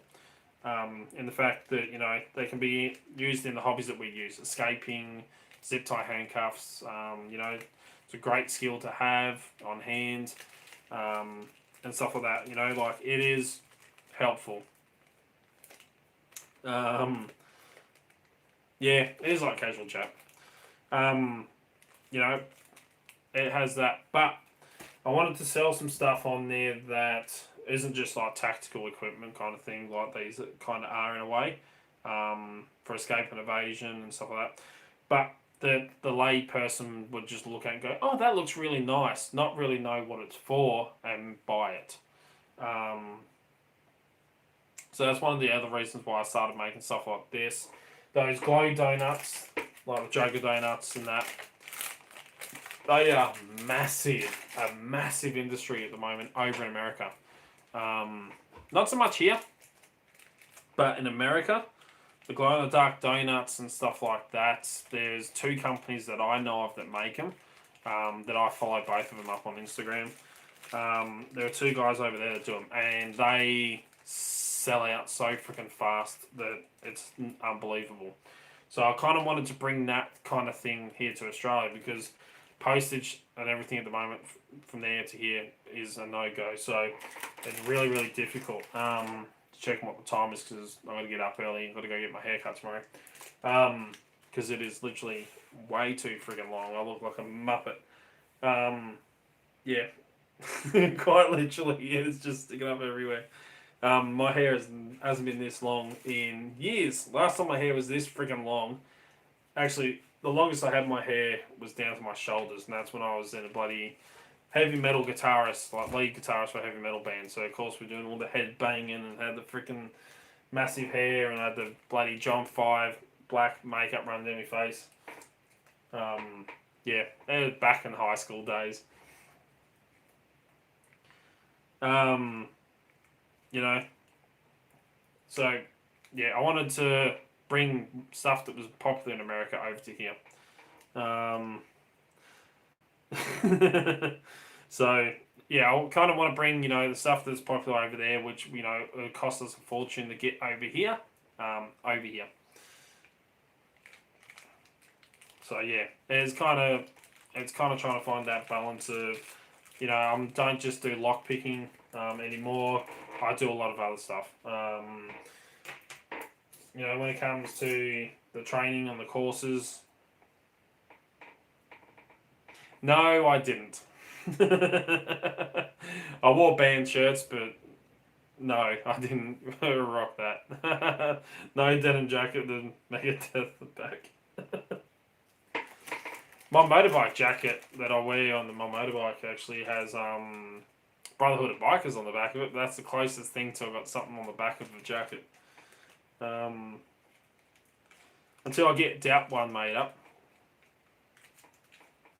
Which I'm kind of actually really disappointed with my latest shirt that I got from Vistaprint, the one with the website and everything on the back. Because literally the website has disappeared. The hashtag Keep It Bloody Legal has disappeared. It's literally the shirt's just, even the front, the logo on the front is just worn off. Like, it's just all flaked and fallen off. So Vistaprint's gone to shit. But I found another company here in Ballarat that will do them. And I'm looking at about $90, I think it is, to set up the logo and everything, and then get the shirts made up. I think it's like $90 to begin with, and the shirts, I can't remember. My brother got it done for his business. But I said he said it was about $90 odd or something for the initial setup and everything. And then you choose your shirts, and yeah.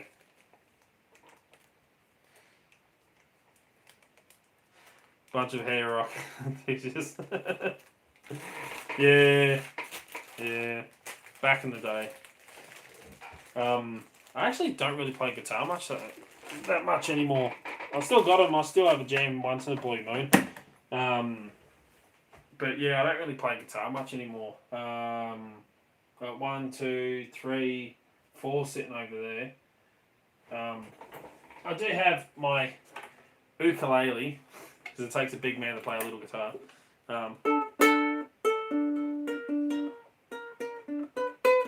Been that long since I played this as well. I've forgotten. No.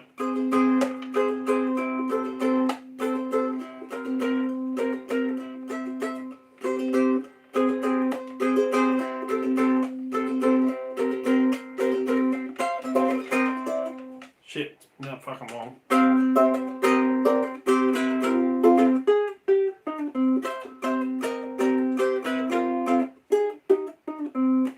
Yeah, way too long.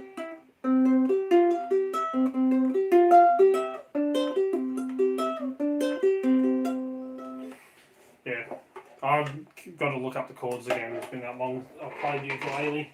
I'll just... I don't get time.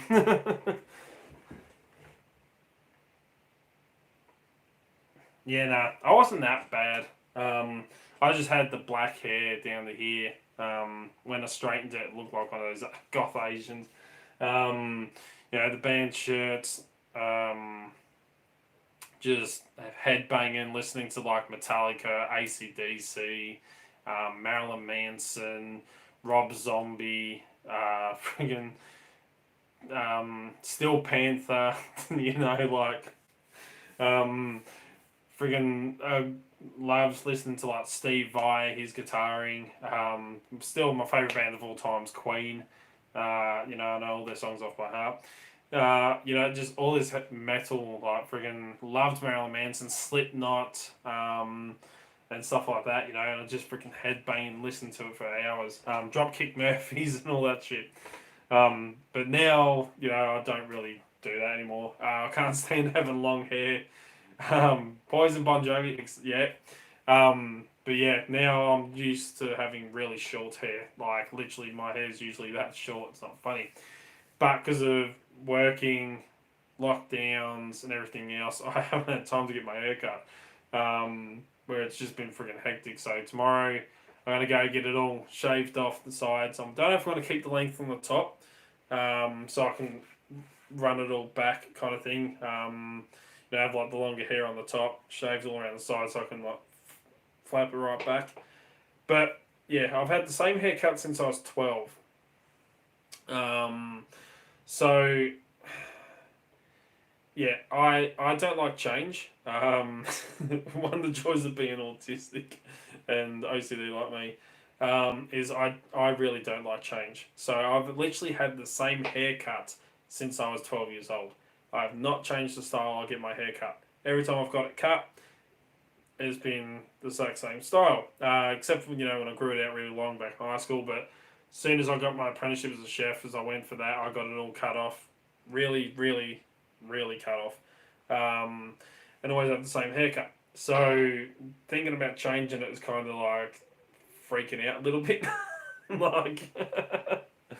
Also being a man, not like changes. Exactly. Me man, me not like change. So yeah, I'm kind of weirded out about trying to try something different. I'm that bad, put it this way, I always use the same toothpaste. I cannot use any other type of toothpaste. It's always Colgate with the charcoal. I always use the same shampoo. I cannot use another shampoo. I always use Head and Shoulders 2-in-1, the Old Spice. If I can't get that, I'll use the normal Head and Shoulders, but I always go Old Spice since I've used Head and Shoulders since I was a kid. The same toothpaste. Instant coffee. I can only drink one type of instant coffee, which is Moccona. Otherwise, I grind the beans myself and make coffee myself. Or I use a pod machine. I only use one type of pods. I'm kind of bad when it comes to stuff like that. You know, and Blaze stole my shampoo once. She went to the swimming pool and she stole my shampoo. And I go in for a shower and I'm like, I can't find my shampoo. And she goes, just use the other one. I'm like, I can't use. I was that bad. It was not fucking funny. And it turns out she goes, "Oh, I'll buy you another one." I'm like, "Tomorrow." I'm like, "I don't need it. I need it fucking now." Like, turns out, I'm like, "It was a brand new one. I didn't use it." I'm like, "No, it was freaking brand new. It's still like a full bottle." Turns out she forgot she took it to the swimming pool. Didn't tell me she took it, and she still had it sitting in her bag. So we ended up finding it. But yeah, it's like deodorant. I use the same deodorant every single time. It's always Brute. I'm old school man Brute. Um, yeah, old bastards like me. I was just chatting to my brother the other day about deodorants and stuff like that because he's like, "You smell like the old man used to." I'm like, "Yeah, I can't help it. I always have to wear Brute. I love Brute." I'm like, I think somewhere, I don't know if I still got, I may have thrown it out. This is going to show how freaking old, and how much I didn't freaking change. Um, my nan bought me my very first ever deodorant, which was actually aftershave back when I was a kid. And I still had it. Like, once you hit a certain age, my nan would buy us deodorant. Deodorant packs for Christmas is just something she did. And she got me a bottle of Blue Stratos. Like, if you smell Blue Stratos, it is an old man, like old man, friggin' smell. She bought it for me, and I think I still had the bottle until like I may have got rid of it like when I moved in here. I might have saw everything out. I threw it out.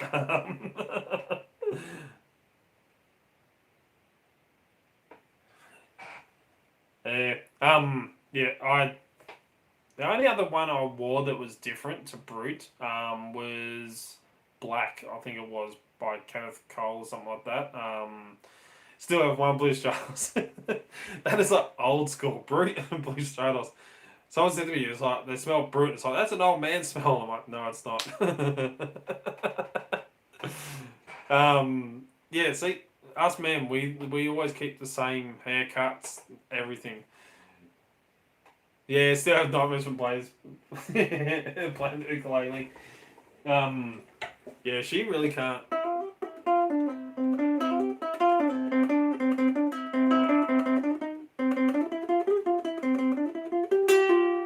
Yeah, I can't play it anymore either.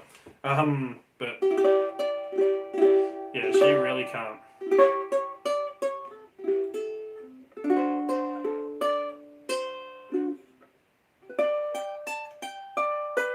Plus, it's really weird playing with nails. I've never had fingernails. So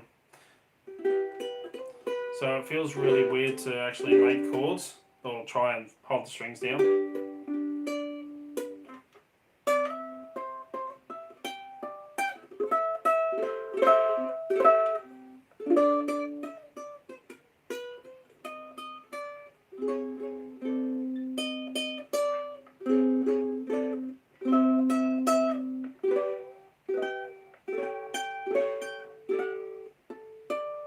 Yeah, it feels really weird having nails.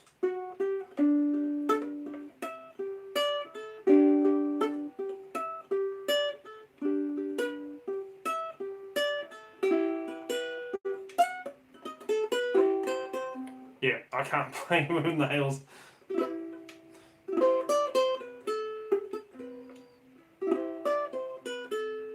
Yeah, I can't make. Yeah, it just feels wrong. I did kind of change in one way. I was a really bad. If you look at my older videos, you can see it. I was a massive nail biter. I bit my fingernails right down, so literally I had no fingernails at all. And I'm so used to playing guitar and ukulele and everything, like fast playing. I mean, like friggin' fast playing. So used to it, but now I've got nails. When I try and push in on the frets like I used to, I'm pushing with my nails and I can't quite sit my fingers down on the frets properly.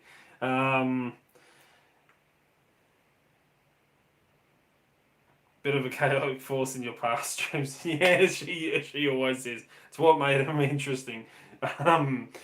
So yeah, trying to push down now with nails. I'm actually pushing like I can hear nails, whereas before it used to sound like just dull thumps. So it's really weird. And Dana's like, cut them back, cut them back. I'm like, I have, but like how? I don't want to cut them right back. I used to bite them. Trying to prove a point to my daughters that don't have to bite your fingernails. If they want to do their nails and everything, don't bite your fingernails. Which one of them, she goes, oh, I'm not biting my fingernails. And I'm like, oh, that's good. And she goes, yeah, Mum bought us stuff to put in her nails and stuff. Oh, okay.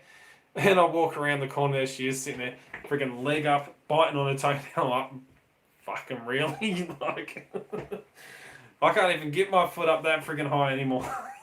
Like, she is. She does. She sets me off sometimes. Dana does. Yeah, setting off the playing the chanter or friggin' the guitar and something like that. Like she likes hearing me play. But yeah, she can't play for shit. It kind of sets it off bad. Actually, I don't even know if I can play guitar with me bloody fingernails. Oh shit. Although I did try once, couple of weeks.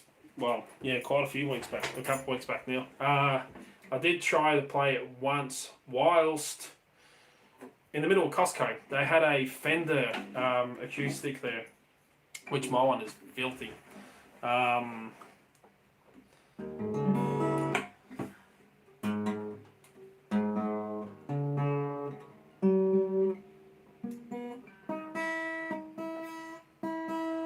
So yeah, they had a really, really beautiful Fender there. So I thought, oh, I'll give it a go right in the middle of bloody Costco. All these people come standing around me, and yeah, I was trying to play with fingernails, and I couldn't. It was just so wrong. Yeah, I can't even pick now.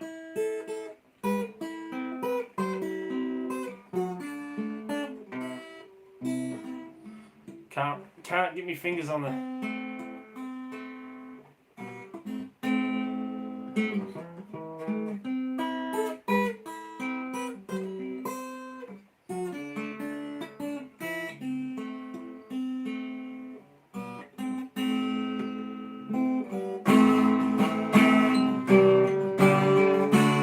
Yeah, that sounds fucking horrible, and my fingernails are way too long for it.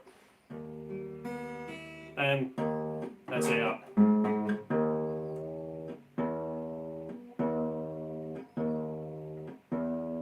I can't tune it because my tuner's on my phone.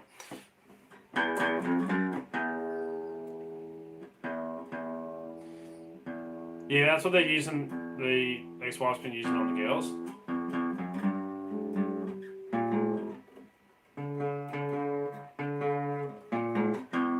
That's way out.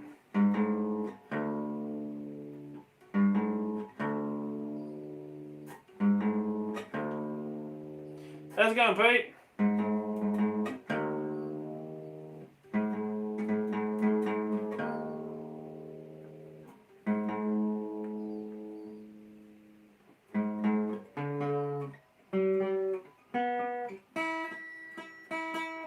Yeah, it just feels really weird trying to play anything. Even picking is amazing how much difference having fingernails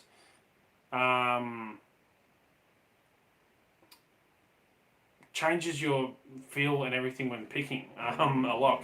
It really is just unbelievable. Like, yeah, it's hard to describe. Like,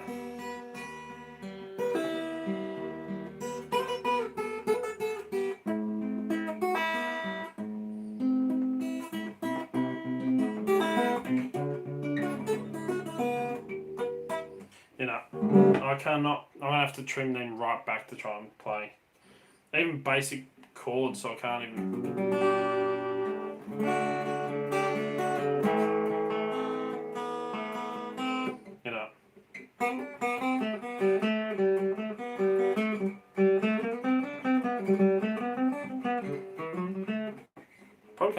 basic scale anymore with my fingers. No.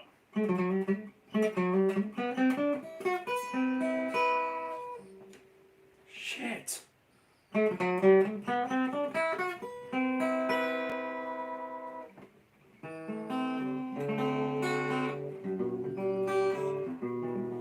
know, I'm really gonna just have to trim the shit out of these. I cannot do it. It's pissing me off. Maybe just base. Oh, Rick, thank you, stupid Wi-Fi cutting out. There we go, basics.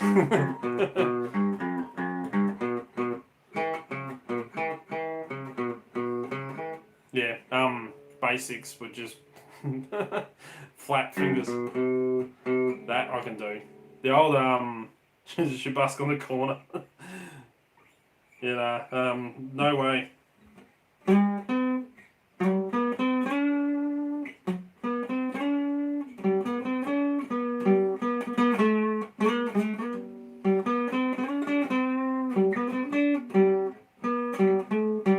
Cannot press in with fucking fingernails.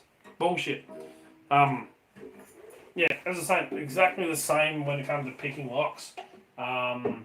So I haven't actually done any picking in a while either on video. Not a whole lot because it just feels awkward. Ripped condoms. Yeah, I don't know. I think I just need to find a nice healthy balance between fingernail and trimming back. Because it's the same, like even picking locks, the way I hold the pick, even now, my fingernail kind of sticks out onto the pick. And when I'm trying to pick, it just feels weird and awkward. You know, especially when you go from being such a severe nail biter for like 30 years, where you literally have no fucking fingernails at all, to having long fingernails. So much so that I can actually scratch with them now. Everyone used to say I had stubs, not fingers. Because, yeah, no fingernails. And trying to pick locks now, it just feels awkward. Bit weird to get used to. Even manipulation of safe dials kind of feels weird having fingernails there. I mean, like anything, if you're so used to one thing, trying to do it some other way, or something else, it just feels wrong. You know, like everyone, the way they clasp their hands together, they always have one finger over the top of the other one. If they do it the other way, it just feels awkward, it feels wrong, it feels off. You know, same way they cross their arms, they always cross their arms a certain way. If they cross it the other way, it just feels wrong for you. It feels off. Basic psychology. You know, and stuff like that. You get all the vision stuff. My vision's already screwed. I'm meant to wear glasses all the time, and I do have glasses. I just don't wear them all the time. So my vision's screwed. My hearing, I'm partially deaf. Again, years playing heavy metal band, freaking music up blaring, like headphones on, with music blaring. I've damaged my hearing. You know, it's just something that feels weird. It feels wrong, but you kind of have to try and retrain and get used to it. So yeah, picking, playing guitar. Yeah, I don't play guitar much anymore. Not that I don't get time. I can't even do a basic scale, and I've forgotten half the shit I used to know. It's just trying to learn it with fingers. It's just taking time. So you know, it's all I've got proper. My very first set of glasses I ever got. I think goes to show I don't throw shit out, and I fucking should. Let's move you around for a second. I should throw shit out, but I don't. I mean, I've got shit everywhere. So much stuff. Not enough room. I even have a skateboard. This shows you how bad I was back. Jeez. I only mainly ride this when I get drunk. But I still have my skateboard. This is actually my newest one. But used to ride a skateboard. Now I've got fear. I'm not as, free as I used to be. I have no fear. Now I got fear. I'm old. I still have my very first set of glasses that I ever needed, and that was $700, and they're Ray-Bans. So yeah, I still got my skateboard. I still mainly just do that when I'm drunk. I want to piss Blaze off. Nothing like skating up and down the hallway at like 3 o'clock in the morning. I've still got half my motorbike helmets. I did throw out a few of them. Let's move you up a bit. So you've all seen before my Predator bullshit. My Predator helmet, that's the custom one I got custom made. And it's actually road legal now, which I wear when used to.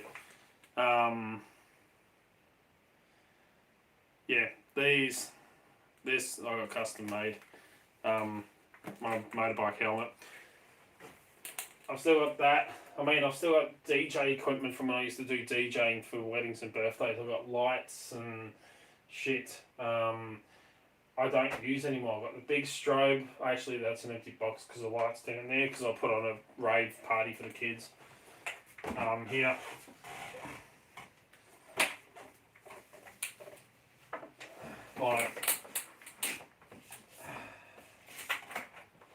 A bottle of Johnny Walker Blue Label sitting there, which I won't drink because it's blended. I'm a single malt.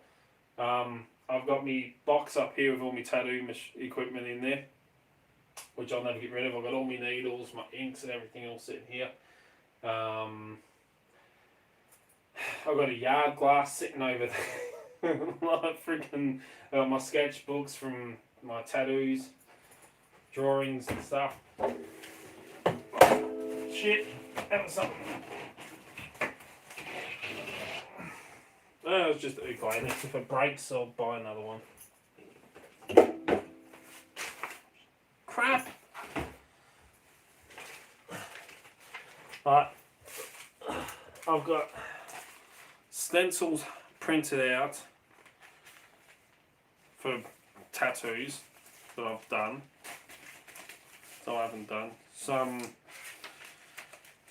it's just mainly writing that I printed out. Then I've got my sketchbook where I was literally, it's falling apart now. I've got little, where is it? Oh, friggin' kois. There's a dragon one I was working on. Another one I was playing around with. Literally, I don't use this shit anymore, but I've still got it. That, a Chinese chef I worked with taught me this one. It's Dil Li, which is Cantonese for fuck you. Only because every morning, so we used to have the digicode locks to get into the door at work. He could never remember the code to get in, so he used to knock on the back door every morning. And I'd go and open up the back door, run down, open up the back door for him. And I'd open the door and go, "Morning, Sammy!" And he goes like, "Dil Li." I'm like, "Yeah, morning, Sammy." This went on for like 2 months. Every morning, "Dil Li, Dil Li, Dil Li." And I finally cracked and I said, "What's Dil Li?" And he goes, "Fuck you." So I'm like, "You've been saying that to me every single morning for the last 2 months." He goes, "Yep." He was a funny guy to work with. He was awesome. What else have I got here? Yeah, that Grim Reaper is actually on my arm. That is the one I did when my nan passed away. She's the last full-blooded gypsy in our family. So my nephew wanted a gothic gypsy woman and a gypsy caravan in the background. So I come up with this one for him, and he sent it to the tattoo artist that was doing it for him, and he said it's way too detailed, can't do it. I'll have to change the caravan in the background, and then he changed his mind. Didn't want so much of the gothic. He wanted the same lady, but not the gothic marks and everything. So he changed all that, and we left this patch here free. We got to put scroll work in with my nan's name, the date she was born, the date she passed away. But ended up getting it changed, and stuff like that. And yeah, I ended up going, well, screw you. So I actually tattooed this on my leg. So I actually got this at full size. It's actually on my leg, which still haven't finished yet. More I've been mucking around with. There's one I was working on for the ex-wife. Where is it? That was actually the drawing I come up with for a chip. Pokemon sleeve, which I started, and yeah, she actually got the rest of it finished professionally and actually went over what I already had. Just added some more colour and added a bit more in around the background and finished it off.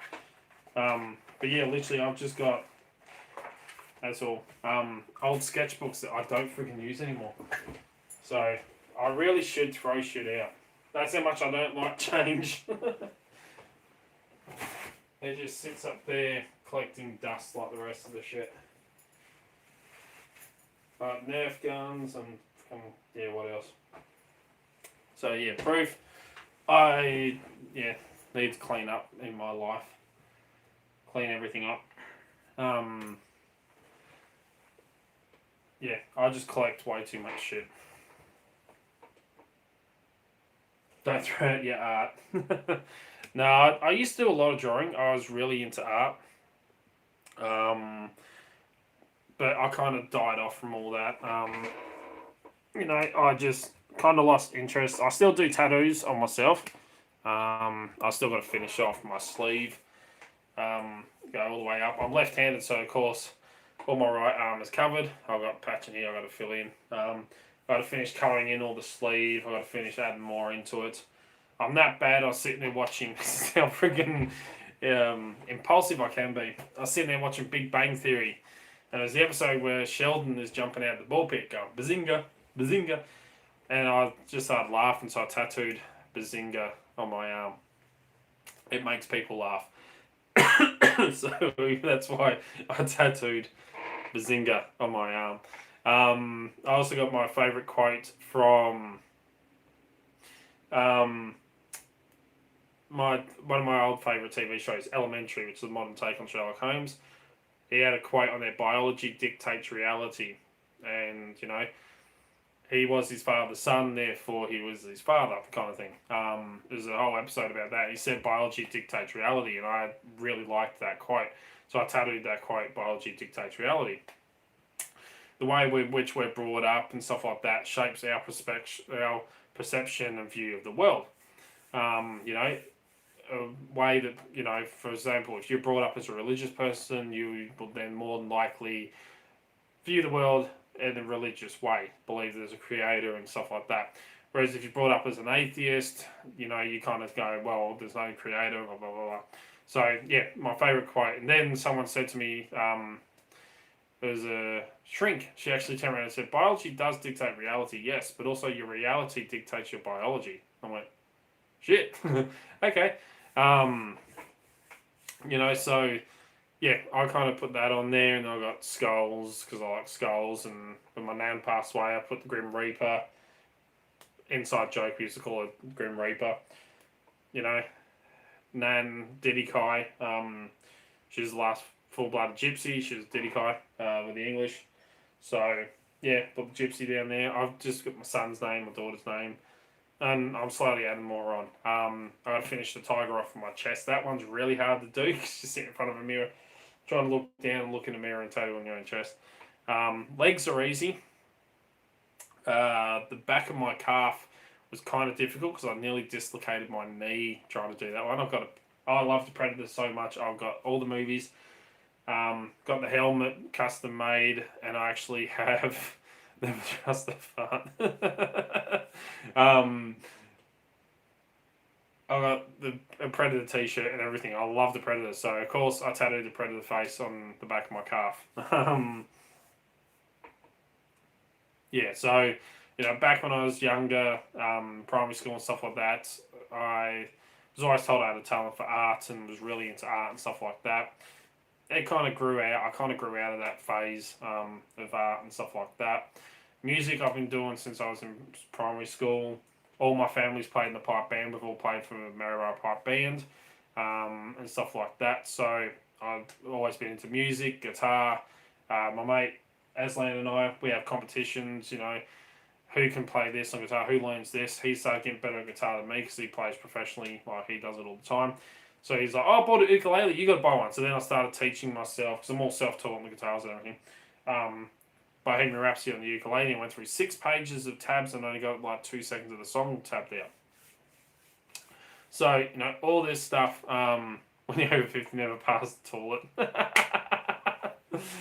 So, yeah, it's like, you're getting old when you walk past the toilet, you stop for a second and go, might as well go while I'm here.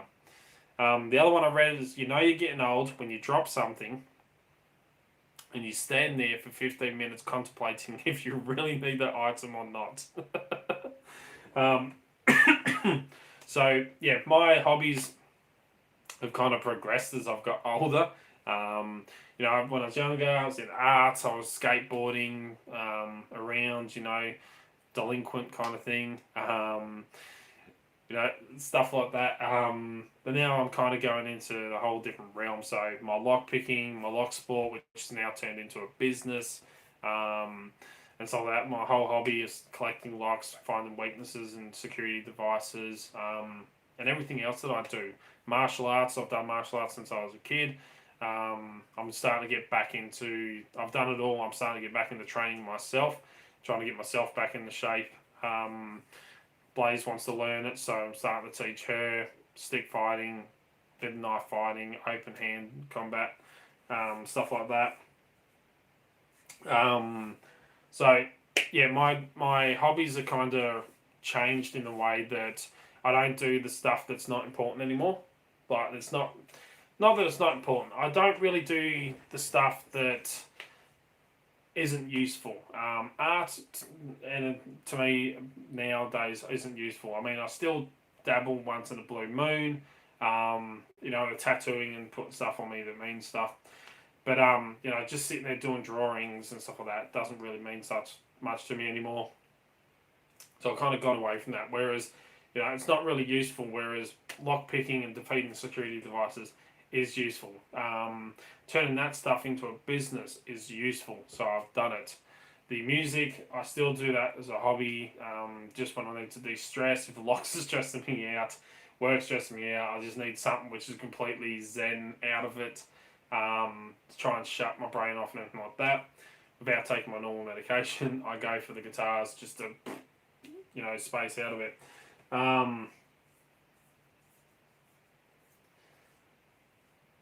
Run help you up, you're old. I fall over, I break a hand. That's how old I am. So your hobbies change as you get on, and go into stuff that kind of it's still your hobbies, but it's kind of stuff that you're like, well, this is going to come in useful. Martial arts training is going to come in useful, especially the way shit's going these days. Lock picking is going to come in useful. So all this stuff, my hobbies kind of changed.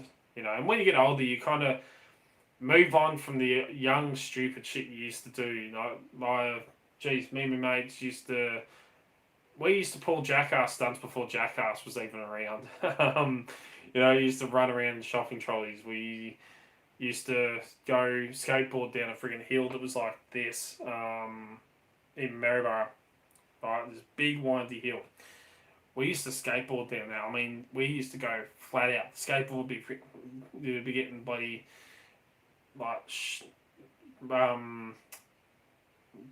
it would be skipping and jumping from side to side. Like, if you come off, which my mate did, we both went down the hill, flat out speed. I made it to the bottom. I turned around and look, and I saw my mate behind me. I turned around again, I just see this big dust pile. He come off, bang. And we were going that fast, he actually literally took off nearly half the side of his face. All down one side, he ripped all his shirt. It was all like 4 layers of skin moved all down one side. Ripped his jeans and everything. Like, it just...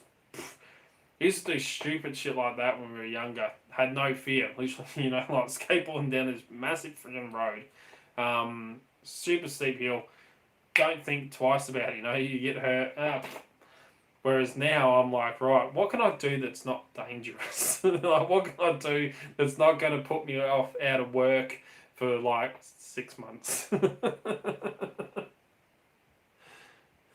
Yeah. I'm playing enough. Like, yeah, it's kind of funny, like when you get older. For example, when we went to the Grampians, Blaze and I, we went to the Pinnacle, which is the highest point in the Grampians. Like, fingerprints might come out of me. Exactly. The highest point in the Grampians, you go right out to this point, it's this rock that comes down. It's got a little wire cage, fence either side, and you can look right over and it's a sheer drop. And I mean, you're up freaking highest point right up on top.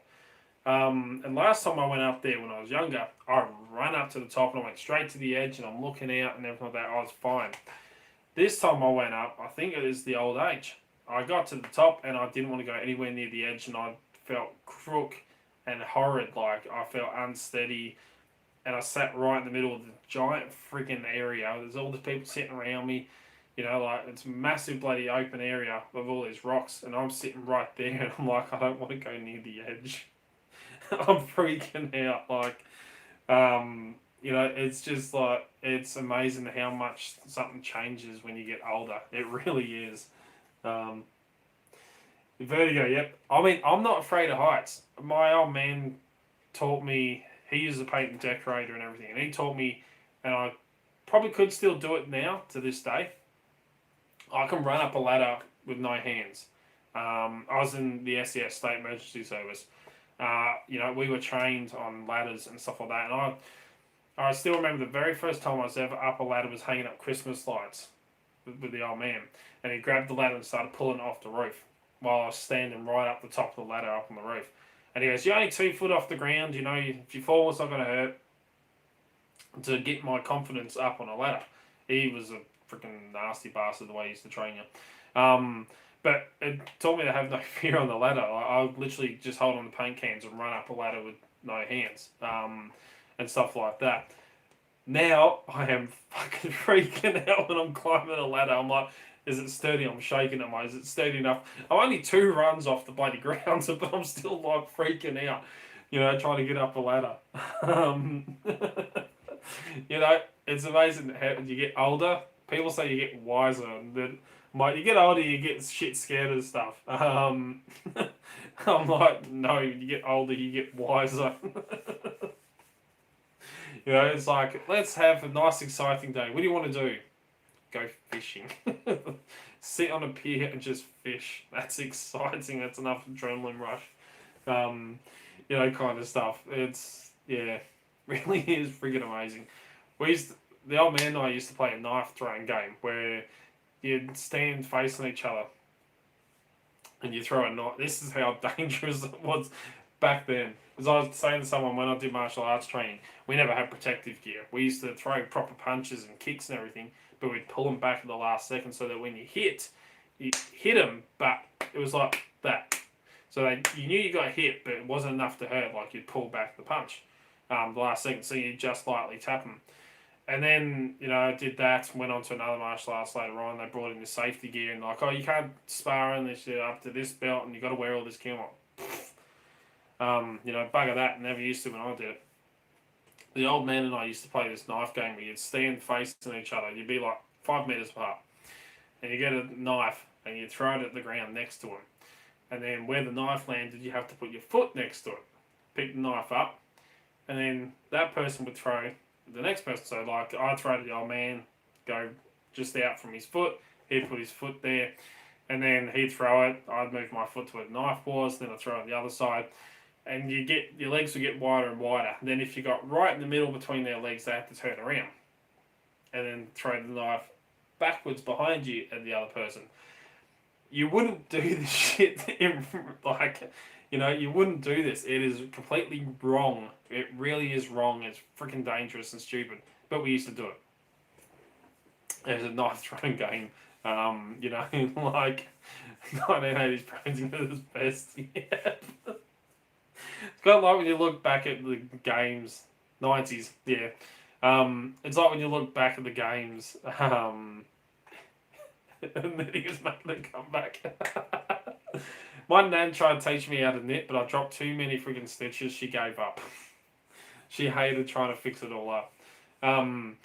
But, like, you think about it, you look back at the old games that they used to have as kids, like lawn darts. Let's try freaking... It's just funny. We used to sit in the back of the ute, going down the dirt road and out to the block of land we had, like the farm and everything, sitting in the back of the ute, just driving along. No seatbelts, didn't worry about that shit. I had a combat knife from Christmas at 10-year-old. Yeah, my very first knife I ever got was back when I was about that age. 10, maybe a bit younger. I still wouldn't give my son a knife, not at this age. I wanted the chainsaw. Like, I kind of looked, but I'm like, yeah, I was a bit more mature back then. Kids these days, no. My son's not quite, he's 11, I still wouldn't give him a pocket knife just yet. He's not really responsible enough for that. It's kind of bad enough. I kind of got it the opposite way. Like, back, when I was a kid, I got given a pocket knife. A knife was, you're like, wow, I'm at that age now, I'm really cool. And then we felt badass, you got your first ever pocket knife. Could have been just a cheap little freaking nasty knockoff Swiss Army knife. But it made you feel cool, like, this is it, I've hit that age. Whereas now I've kind of gone for my son, I'm like, you're not getting a knife, but you are getting a hacking device that can shut down devices connected to Wi-Fi. Like, what damage can you do with that? Oh, well, shit, you can do a lot of damage with that, but not freaking... yeah, it's kind of bad how it changes. But I'm going to wrap this one up because it's like 2 a.m. here. I've got to get up really early, go get my hair cut. Blaze is getting home from night shift at about 7 a.m. So, yeah, either I've got to go pick her up or she's going to get dropped off. Give me a chainsaw. I got one sitting out the back, a Husqvarna. Pretty sure it's a Husqvarna. Yeah, it is a Husqvarna. But yeah, so anyway, just thought we'd do a quick catch up for 2022. Hopefully this year's better than last year. Although the way ours sounds like we were all brought up, who knows what can happen. Modern problems, exactly. So anyway, thanks everyone for sticking around and chatting. I'm gonna try and get some sleep once my medication kicks in. Otherwise, I'll be awake all night.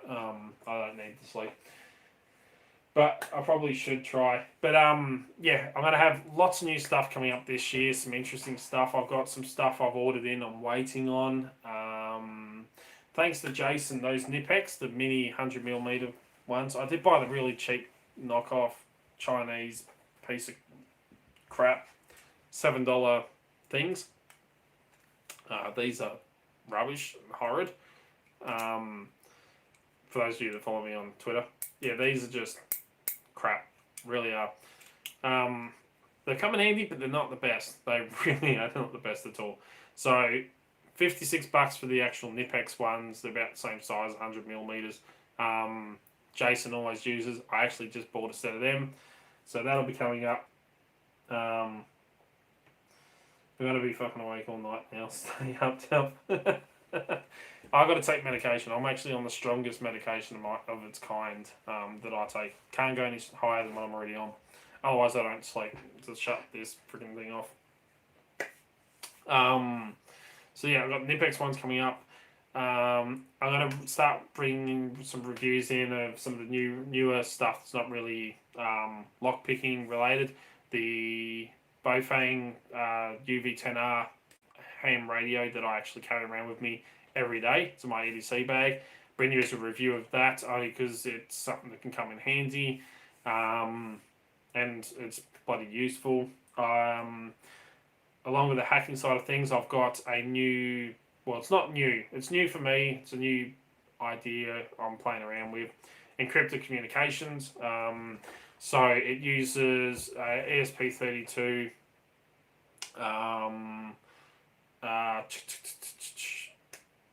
Not Andrino. Shit, I can't remember the name of the board now. It's like an ESP32, but it's a certain type. It can be used for controlling devices and stuff like that. And you can set up a network in your area. So if multiple people have them, you can use it for kind of like you can send text messages over it. It's its own little kind of like Adafruit, similar. I can't remember the actual name of it. But I've ordered one anyway. It's cost me $60 odd to get one over to here. So I've only ordered one. I should have two. But downloaded the app, which you have to download through GitHub and set up on your phone. You can actually track people's locations with it. You can send text messages and have private encrypted communications. Can't be tracked. So it's kind of like having a cell phone without having a cell phone. Using like cell phone towers and stuff like that. So kind of like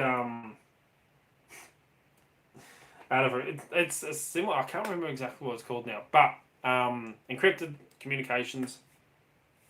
You know, I've got heaps of stuff waiting to come over from America as soon as their postage is open and going. I've got a Punagotchi, which is used for stealing Wi-Fi handshakes, to come over. A little mini plug-in telephone, plug into landlines and stuff like that. It's coming from Cherry. Ordered one for me because I couldn't get one here, so he managed to find some for me. I've got to pay him for that, but he's got it as soon as he posts it over. Heaps and heaps of shit I've got coming up as well. So lots of new interesting products and videos coming up. Covert Carry. As soon as I've finished on here, I'll upload the video of the review of the Litchy pick. I'll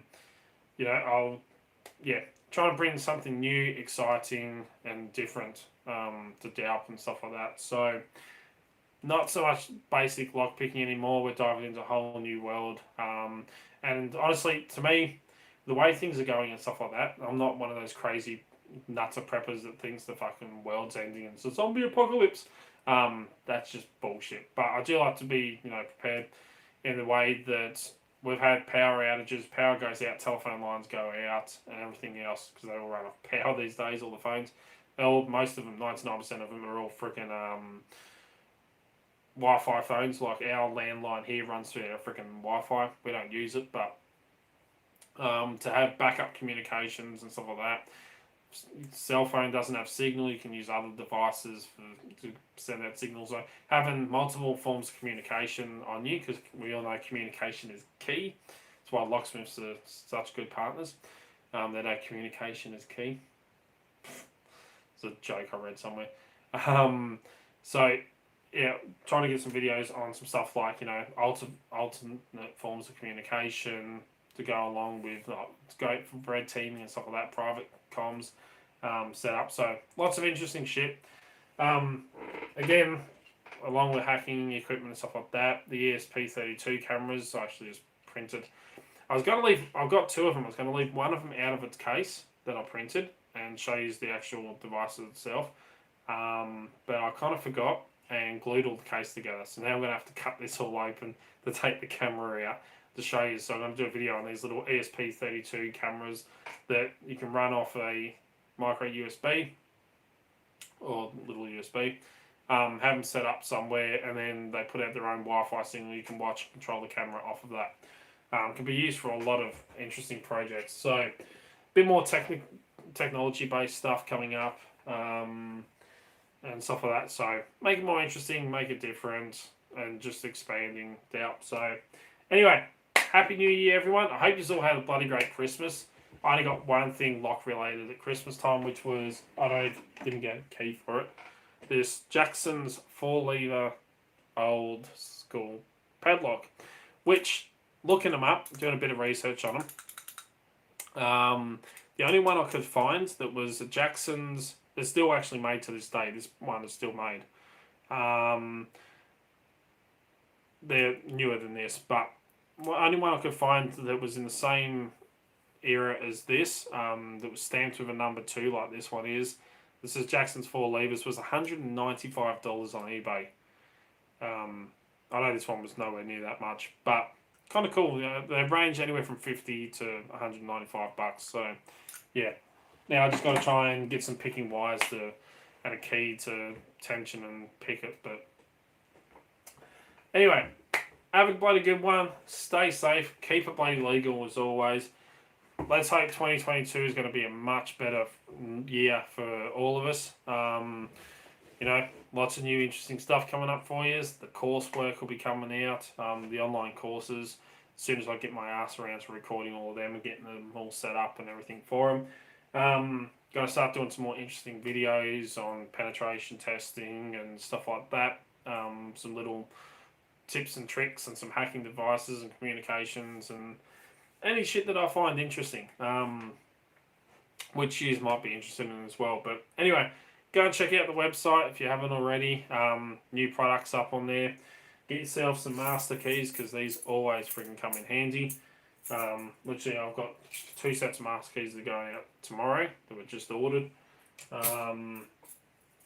And some 3D printed stuff. The spacers for the Litchy picks, which reminds me, I'll grab them out now because as soon as they went live, literally I just put them up not long ago. 2, 3, 4. As soon as they went live, literally I didn't even tell anyone. I just put them up, and I got an order in for 4 sets for a guy down in Melbourne. So they're going out tomorrow as well. 6 for $5 for the little Litchy LW5 SC4, I think it is, the spacers. So you can pick the 5-pinner with the 6-pin pick. So yeah, still a few more of them up on there, and all the other stuff. You just saw Pocket Woman just got some new products that she ordered. Butcher's Block, he just got his pitting tray that did a deal with him for. So he got his pitting tray. He's a bloody great guy, and I owed him, so send him the pitting tray. And stuff like that. So there's lots of products up on there for you to go and check out. But anyway, take care, stay safe, send me a message. You can find me Facebook, Instagram, Twitter, contact me through the website, YouTube here, just if you want to chat or anything like that, let me know. I can even send you the Skype details so you can video call over Skype and talk if you feel like it. You know, have a good one. I'll see you all soon. I better respond to Blaze before she kills me. And yeah, see you all. Probably I might do a live stream next week if I get time. And I'll be less hairy by then. So have a good one. Stay safe. Cheers, guys.